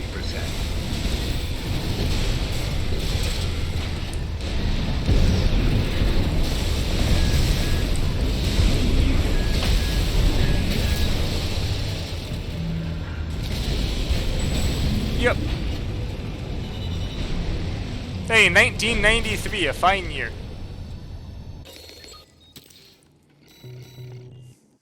I kind of hope they keep doing that, like, nice music for, like, the last 5 fights. Next we have Wiramis in Saint Spark, a mercenary by the loosest possible definition. Despite numerous appearances upon Rubicon's battlefields, no record exists of her attacks bearing official sanction. Drawing from murky off-world wealth, Wiramis maintains a reputation for random battery, regularly intruding upon operations involving other ACs.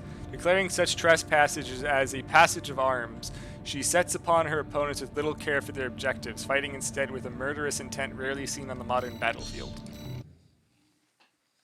And still, not a lot of tanks. 3 quads, 1 wheelchair. Oh, sorry, 4 quads and 1 wheelchair. Main system activating combat mode. Oh, it's the Cataphract map.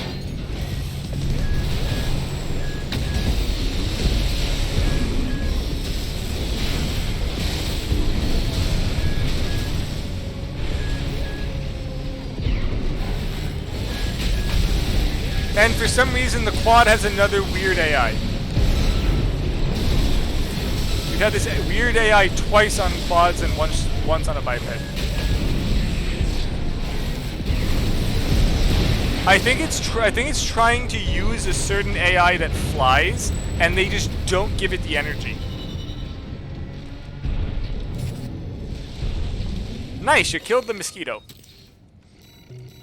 Honestly, that's just gotta be what it is. It doesn't have the energy for the AI that they're the AI that they're using is burning it all and then just can't go anywhere.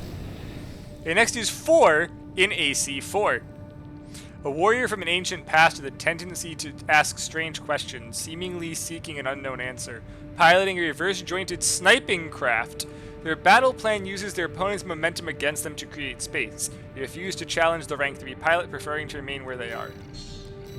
Nice, we have a number 11. We have a count 11 joke. But I'm curious what they mean by a sniping craft. We have missiles, the needle missiles, and those are rifles. How is this a sniping craft? Those are rifles. Main system activating And not even combat linear mode. rifles.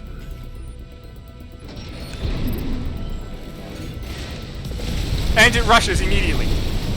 Sniping craft immediately rushes in.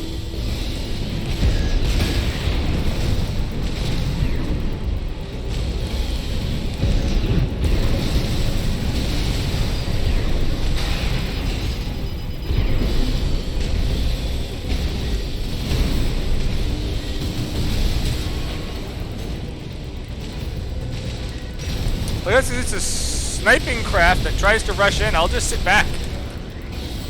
Totally not a For Answer reference. Yeah, it's totally not Wang Xiaolong. I believe that was actually AC4. Wang Xiaolong in AC4 starts the arena by immediately overboosting in. I mean, to be honest, you are right though. Ambien also does that.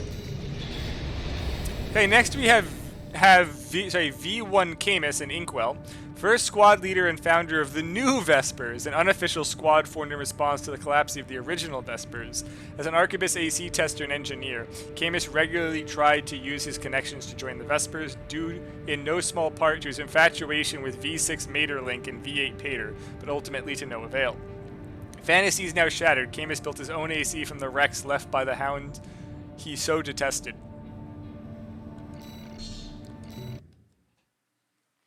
I mean, honestly, Doba, you are right. You can't miss it point blank. 100% accuracy.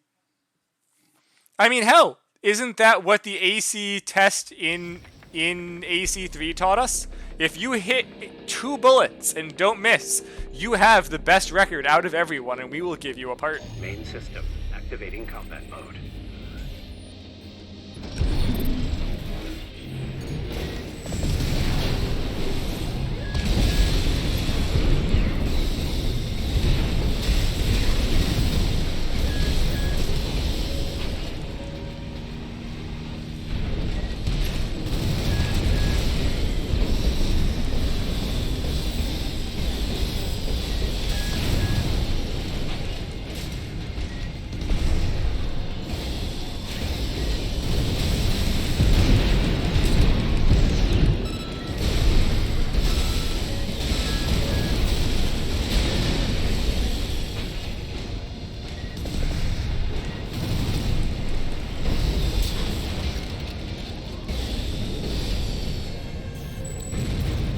I don't know, did my chat box break?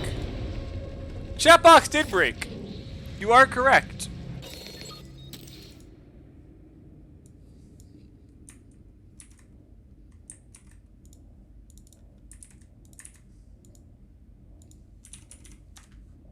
Huh. Not sure why that happened.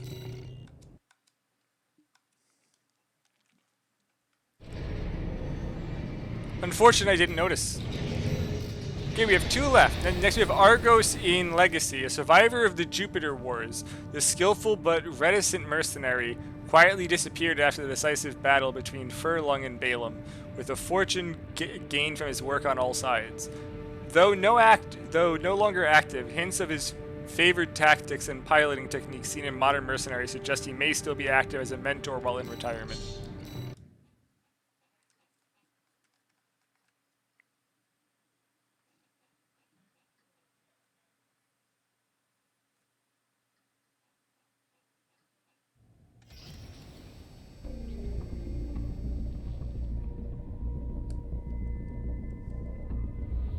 Main system. Activating combat mode.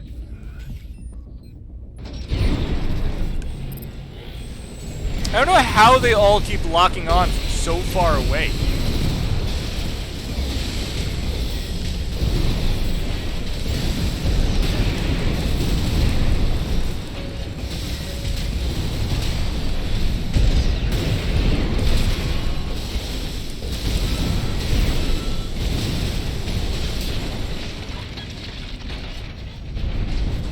But that's one unfair thing about the enemies. They seem to have like infinite lock range. Like I've had Iguazu at the dam easily fire missiles from like 2,000 units away. Okay, last one. We have Nail Vanderhoof or Hof in Svardstav Cairn. A phantom of the Rubicon Liberation Front, advances in AI-assisted piloting lead to the creation of this skulking skirmisher, intended to ambush corporate ACs harming Rubicon. On its inaugural mission, an accident killed the pilot, with the AC presumed lost until days later. It was spotted vaporizing a Balaam unit before vanishing once more. The machine now haunts the battlefield, its AI executing the final orders given to its decaying host.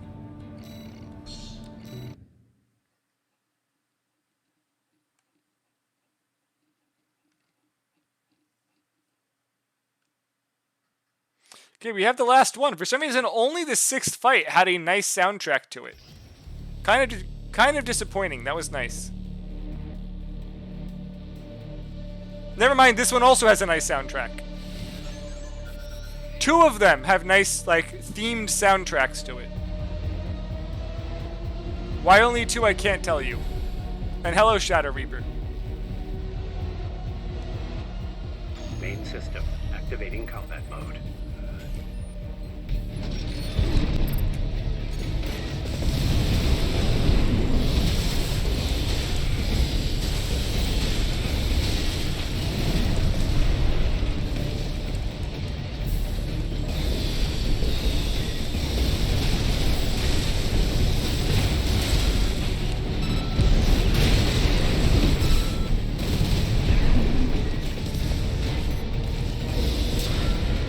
Timed perfectly, yet again. Just gotta wait till that last second and then bang. No time wasted. And that is this mod. Honestly, I think there may be a second arena mod that someone else might have done, because I definitely saw one that had joke. Oh, there it is. There is 10 more. I knew I was missing something. Let's go. There's Little Pete. Here are the memes. Hey, Little Pete and Christmas gift. AC Christmas gift was first documented in the possession of Pate Wheeler, 12, more infamously known as Little Pete. Over a span of 3 hours, Little Pete and Christmas gift were responsible for damages estimated over 60 million koam and the deaths of 8,102 individuals. During the rampage, several attempts at communication were made, but none acknowledged. It's not known where Christmas Gift originated, nor how it came to be possessed by Little Pete, who was by all accounts an ordinary child. The whereabouts of both are currently unknown. Oh, that's great.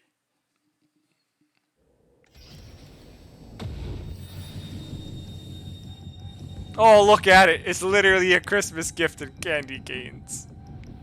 Main system activating combat mode.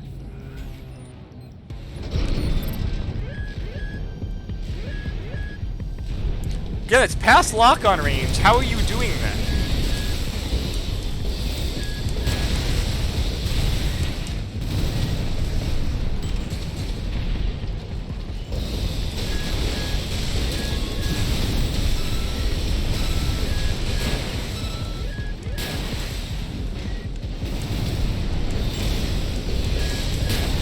And why are you trying to fly in a wheelchair? Well, I messed up that last shot.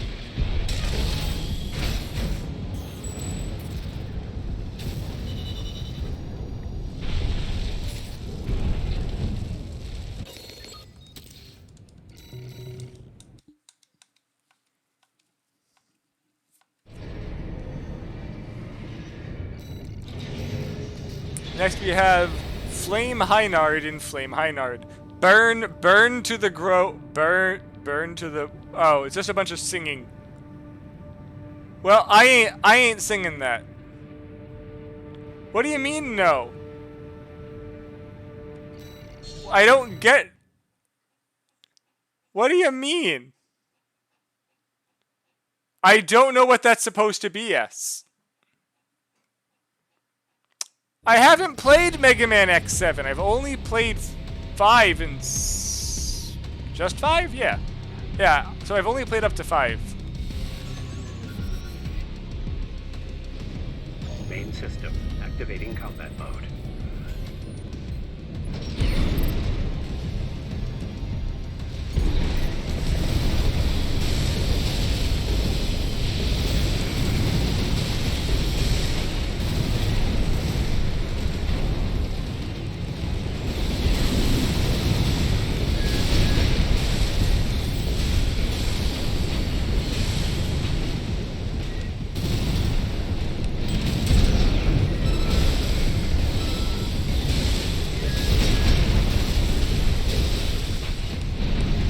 Are you broken, sir? He is broken.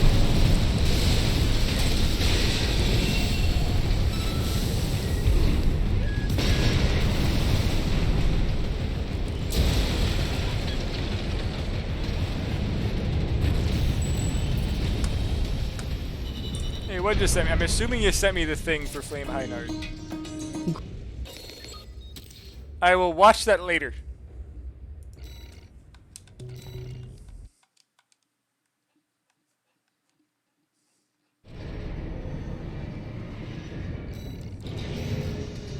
Next we have BK1 Jade in Whopper 2! It's Burger King 1 Jade in Whopper 2. Current commander of the Burger King Group's augmented human squad. The group's leadership is questionable, but their bond is strong. All the ranks are open to challenge, and each pilot has the opportunity to climb the ladder and earn their position at the top. Jade is BK1's longest holder. He can often be found in the kitchen tweaking his AC, optimizing for only the most satisfying combat experience. Let's go take down Burger King, boys. And S.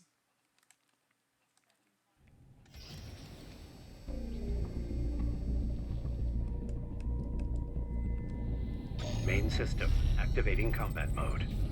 Should have put like pickles and things on the decals.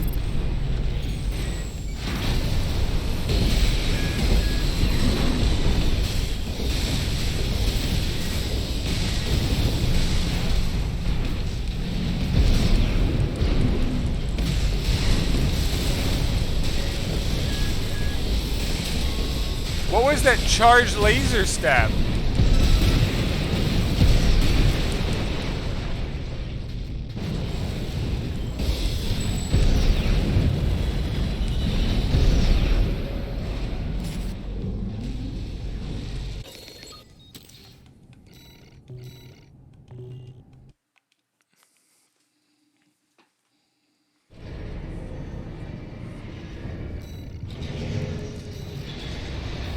Next we have here it is, President Wilson in Metal Wolf. AI generated from a brain scan of the 47th President of the United States of America. President Michael Wilson once suppressed a coup d'etat led by his own Vice President Richard Hawke, using a mobile suit which would eventually inspire the very first MTs. Wilson's consciousness was scanned for posterity, along with his secretary Jody's, and eventually brought to Rubicon on the Xylem. A recon mission led by the RLF led to his discovery and his recruitment to the cause of liberation from corporate tyranny.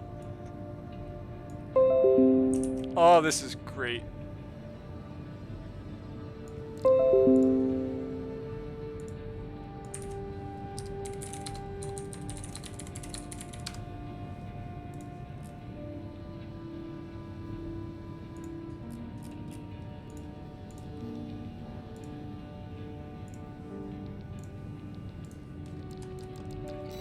Oh, let's go fight. Please tell me there's gonna be like a freaking Metal Wolf soundtrack.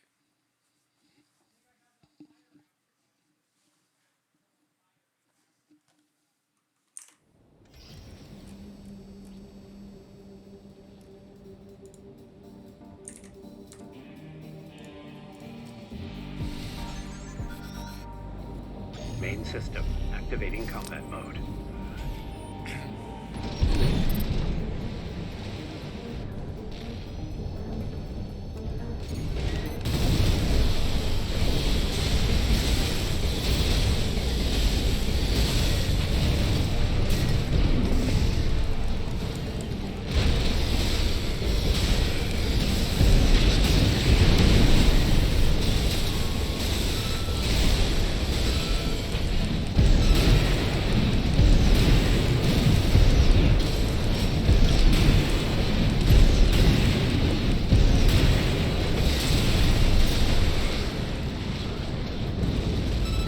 Rusty is actually Artorias. I mean, they could have definitely basted Rusty on Artorias.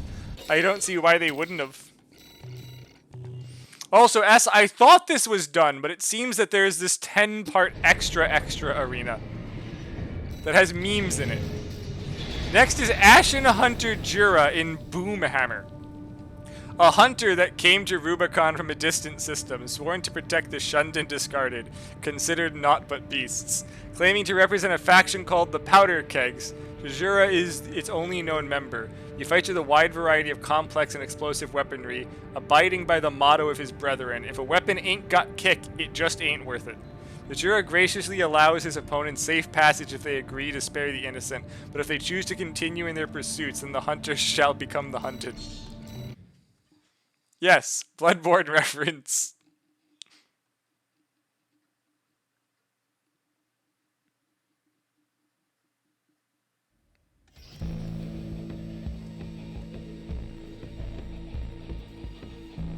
Nice, you got finally like the third decent soundtrack. System activating combat mode. Or the fourth, not sure.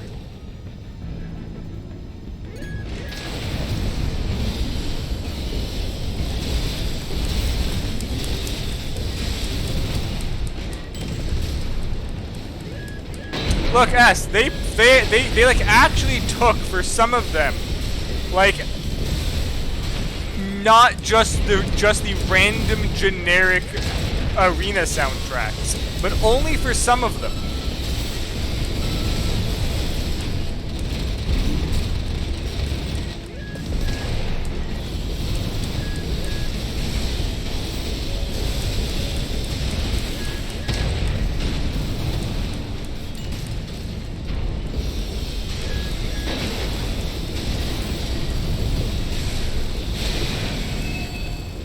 That only 4 of them have been like actual, at least somewhat of not random generic soundtrack.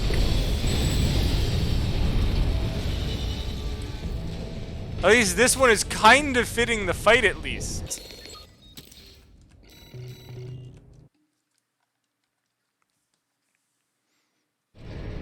Like half of them, like half of these fights were the online Nest BGM when you're sitting inside of a lobby. They added that to some of the fights for the background music for some reason. Okay, next is Nephis and Ruby Weapon. Former Rubicon Research Institute member that escaped with the prototype Ibis AC Ruby weapon, considered an invaluable asset amongst his peers in choral research, he suddenly began claiming to hear a voice. A week later, fled in Ruby Weapon of disappearing on Rubicon. Despite their efforts, the Institute was never able to locate him. With the re-emerging choral of Rubicon, Nephis has finally come out of hiding, determined to see through his unknown goal, though some speculate his desires are not his own.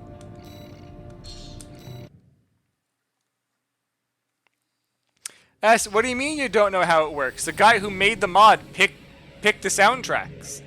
He picked the background music. And look, again, a background music that isn't inside the normal arena. They even have like a custom thing for this that they stole from one of the other X Arena fights. Activating combat mode. And look, the whole area is red. A touch that they could have done in a lot of things. Like, this is nice. This is cool.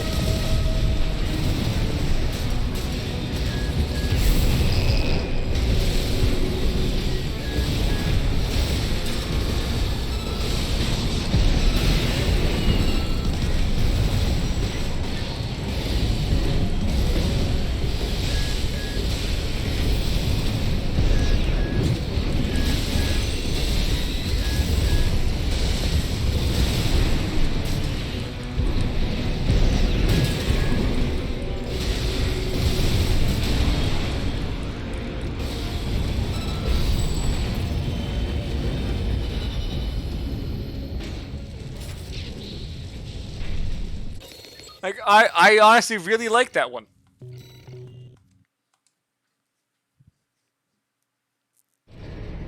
The Koro weapons look nice in that shading as well. Well, that lighting, not shading. Okay, next is it's Evangel! S! We have Evangel in Oracle! The analysis of AC concepts deployed in the distant past, produced by Allmind as part of its ongoing historical research. This design is reminiscent of a particular combatant known as Evangel, who fought during the Navis conflict many centuries ago. Though low-ranking in the arena of their time, it is believed that Evangel was classified as a dominant, along with other noteworthy individuals.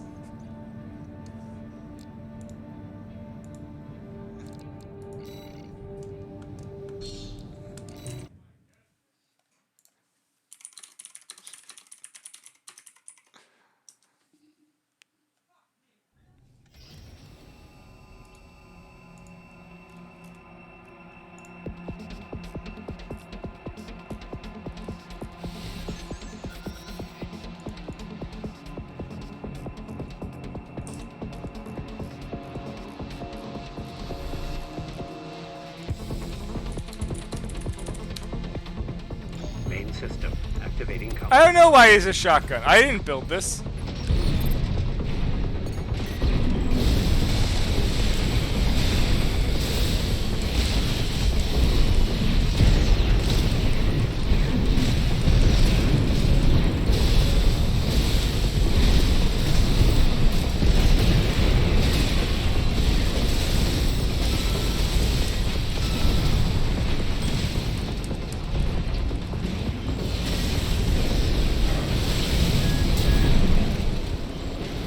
I don't believe I saw a shotgun.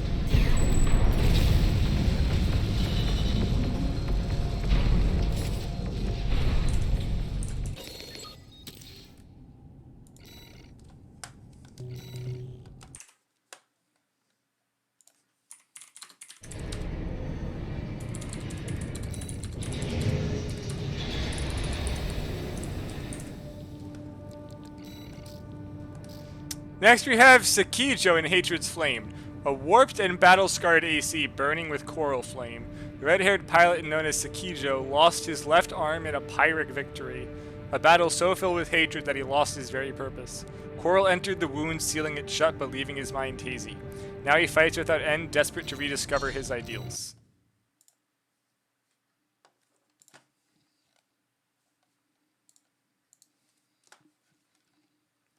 I don't know. Did you lose your left arm, S? I didn't know that.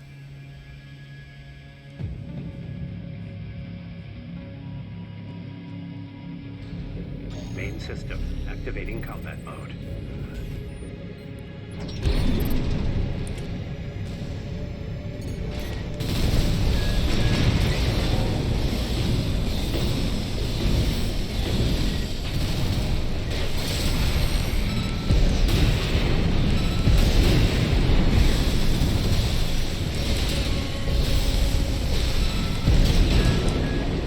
Destroyed.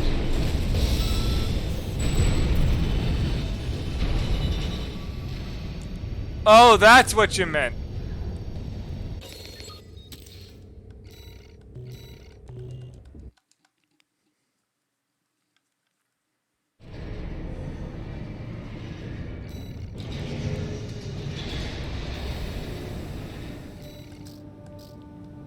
Next we have S. Longhinner in Hibachi.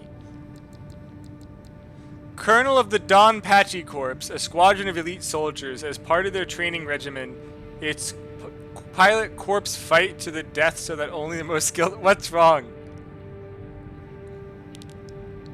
Well, okay, anywho. Its pilot corps fight to the death so that only the most skilled among them may continue their legacy. A notorious war criminal hailing from a distant star, Schwarlitz Longhinner came to Rubicon with the intent of strengthening his expansive fleet and finally bringing his maniacal plans to fruition. The untapped potential of Coral at his disposal. There's no doubt the Longhinner final gambit Hibachi could become the unstoppable war machine. I'm so confused, S. What is this a reference to?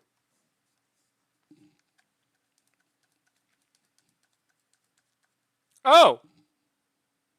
Okay.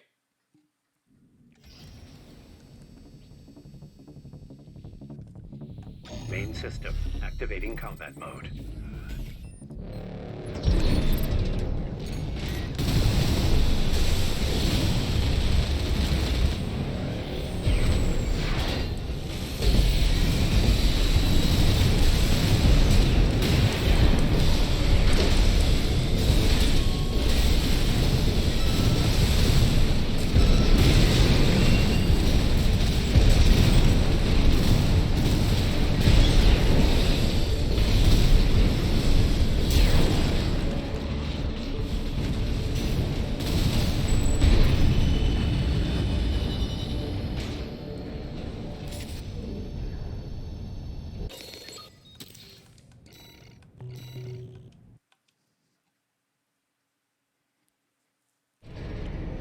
Shinuga Yoi? Next we have, although rumored that its pilot has connections with both sides of the conflict on Rubicon 3, none can confirm the specific AC fighting for either the corporations or the Liberation Front. Few have seen it in action, even fewer that remain to tell the tale. Regardless of scarce information, Allmind has constructed a combat profile of this eccentric stealthy fighter, featuring a custom-made AC with parts unlisted in the mass market. The few hints to their identity are their rapid, refined combat tactics similar to top-ranking Vespers, and a strange call sign. Please tell me we're gonna get 9-Ball Seraph.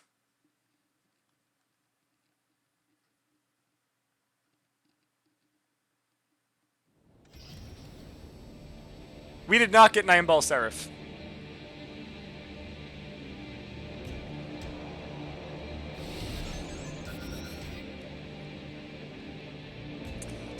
Buddy and Steel-Made Ortis. Oh, that's great. Fricking, it's a Steel-Made joke. I don't know what that is, but someone does. But the fact it's called Buddy and has the rusty head. And it's even the Rusty theme! They threw the Rusty theme!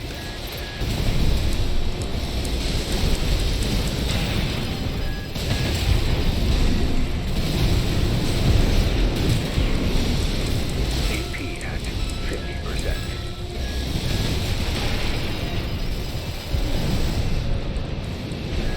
AP at 30%.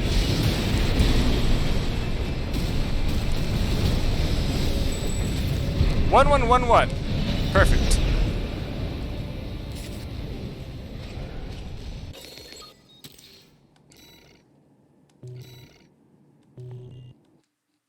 That's just so stupid. I think there's probably, I mean, there was spot for one more. Oh, thanks for playing. My appreciation. This is the end of the mod. I wanted to make this a tutorial pop-up, but it turns out I can't yet. Cut me some slack. The game's only been out for a month. You can start this match if you want to take a cute picture with Buddy. He won't fight you, so if you attack him, I'll be very disappointed in you. Until next time. Well, we need to kill him.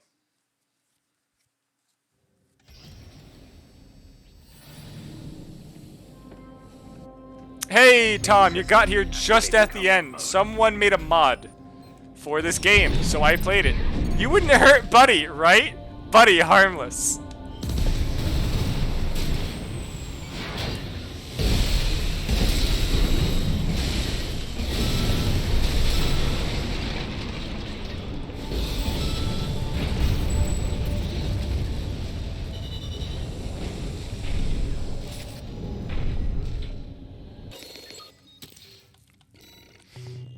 Oh, Tom, there was actually some really funny things in here.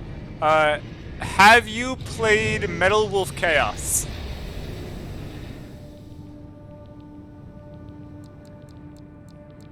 Or Bloodborne? Well, look who we have. It's President Wilson. Ah, damn. Well, we also have this joke from Bloodborne. This from Mega Man X7.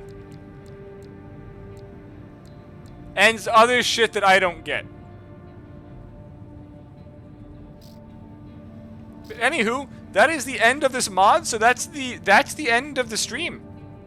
Thanks everyone. Honestly, I was expecting this to take 2 days. I was expecting to die a bit in a bunch of them. I'm not really sure why. I realize it's not a difficulty mod and is for fun. So that's also on me. The AI for this game is not very good. So I'm going to try to find another mod for tomorrow. But if I can't find one, I may just take the Saturday off. But I will let you guys know by either showing up or not showing up. Because I don't use Twitter or shit. So you guys have no idea when I start until it happens.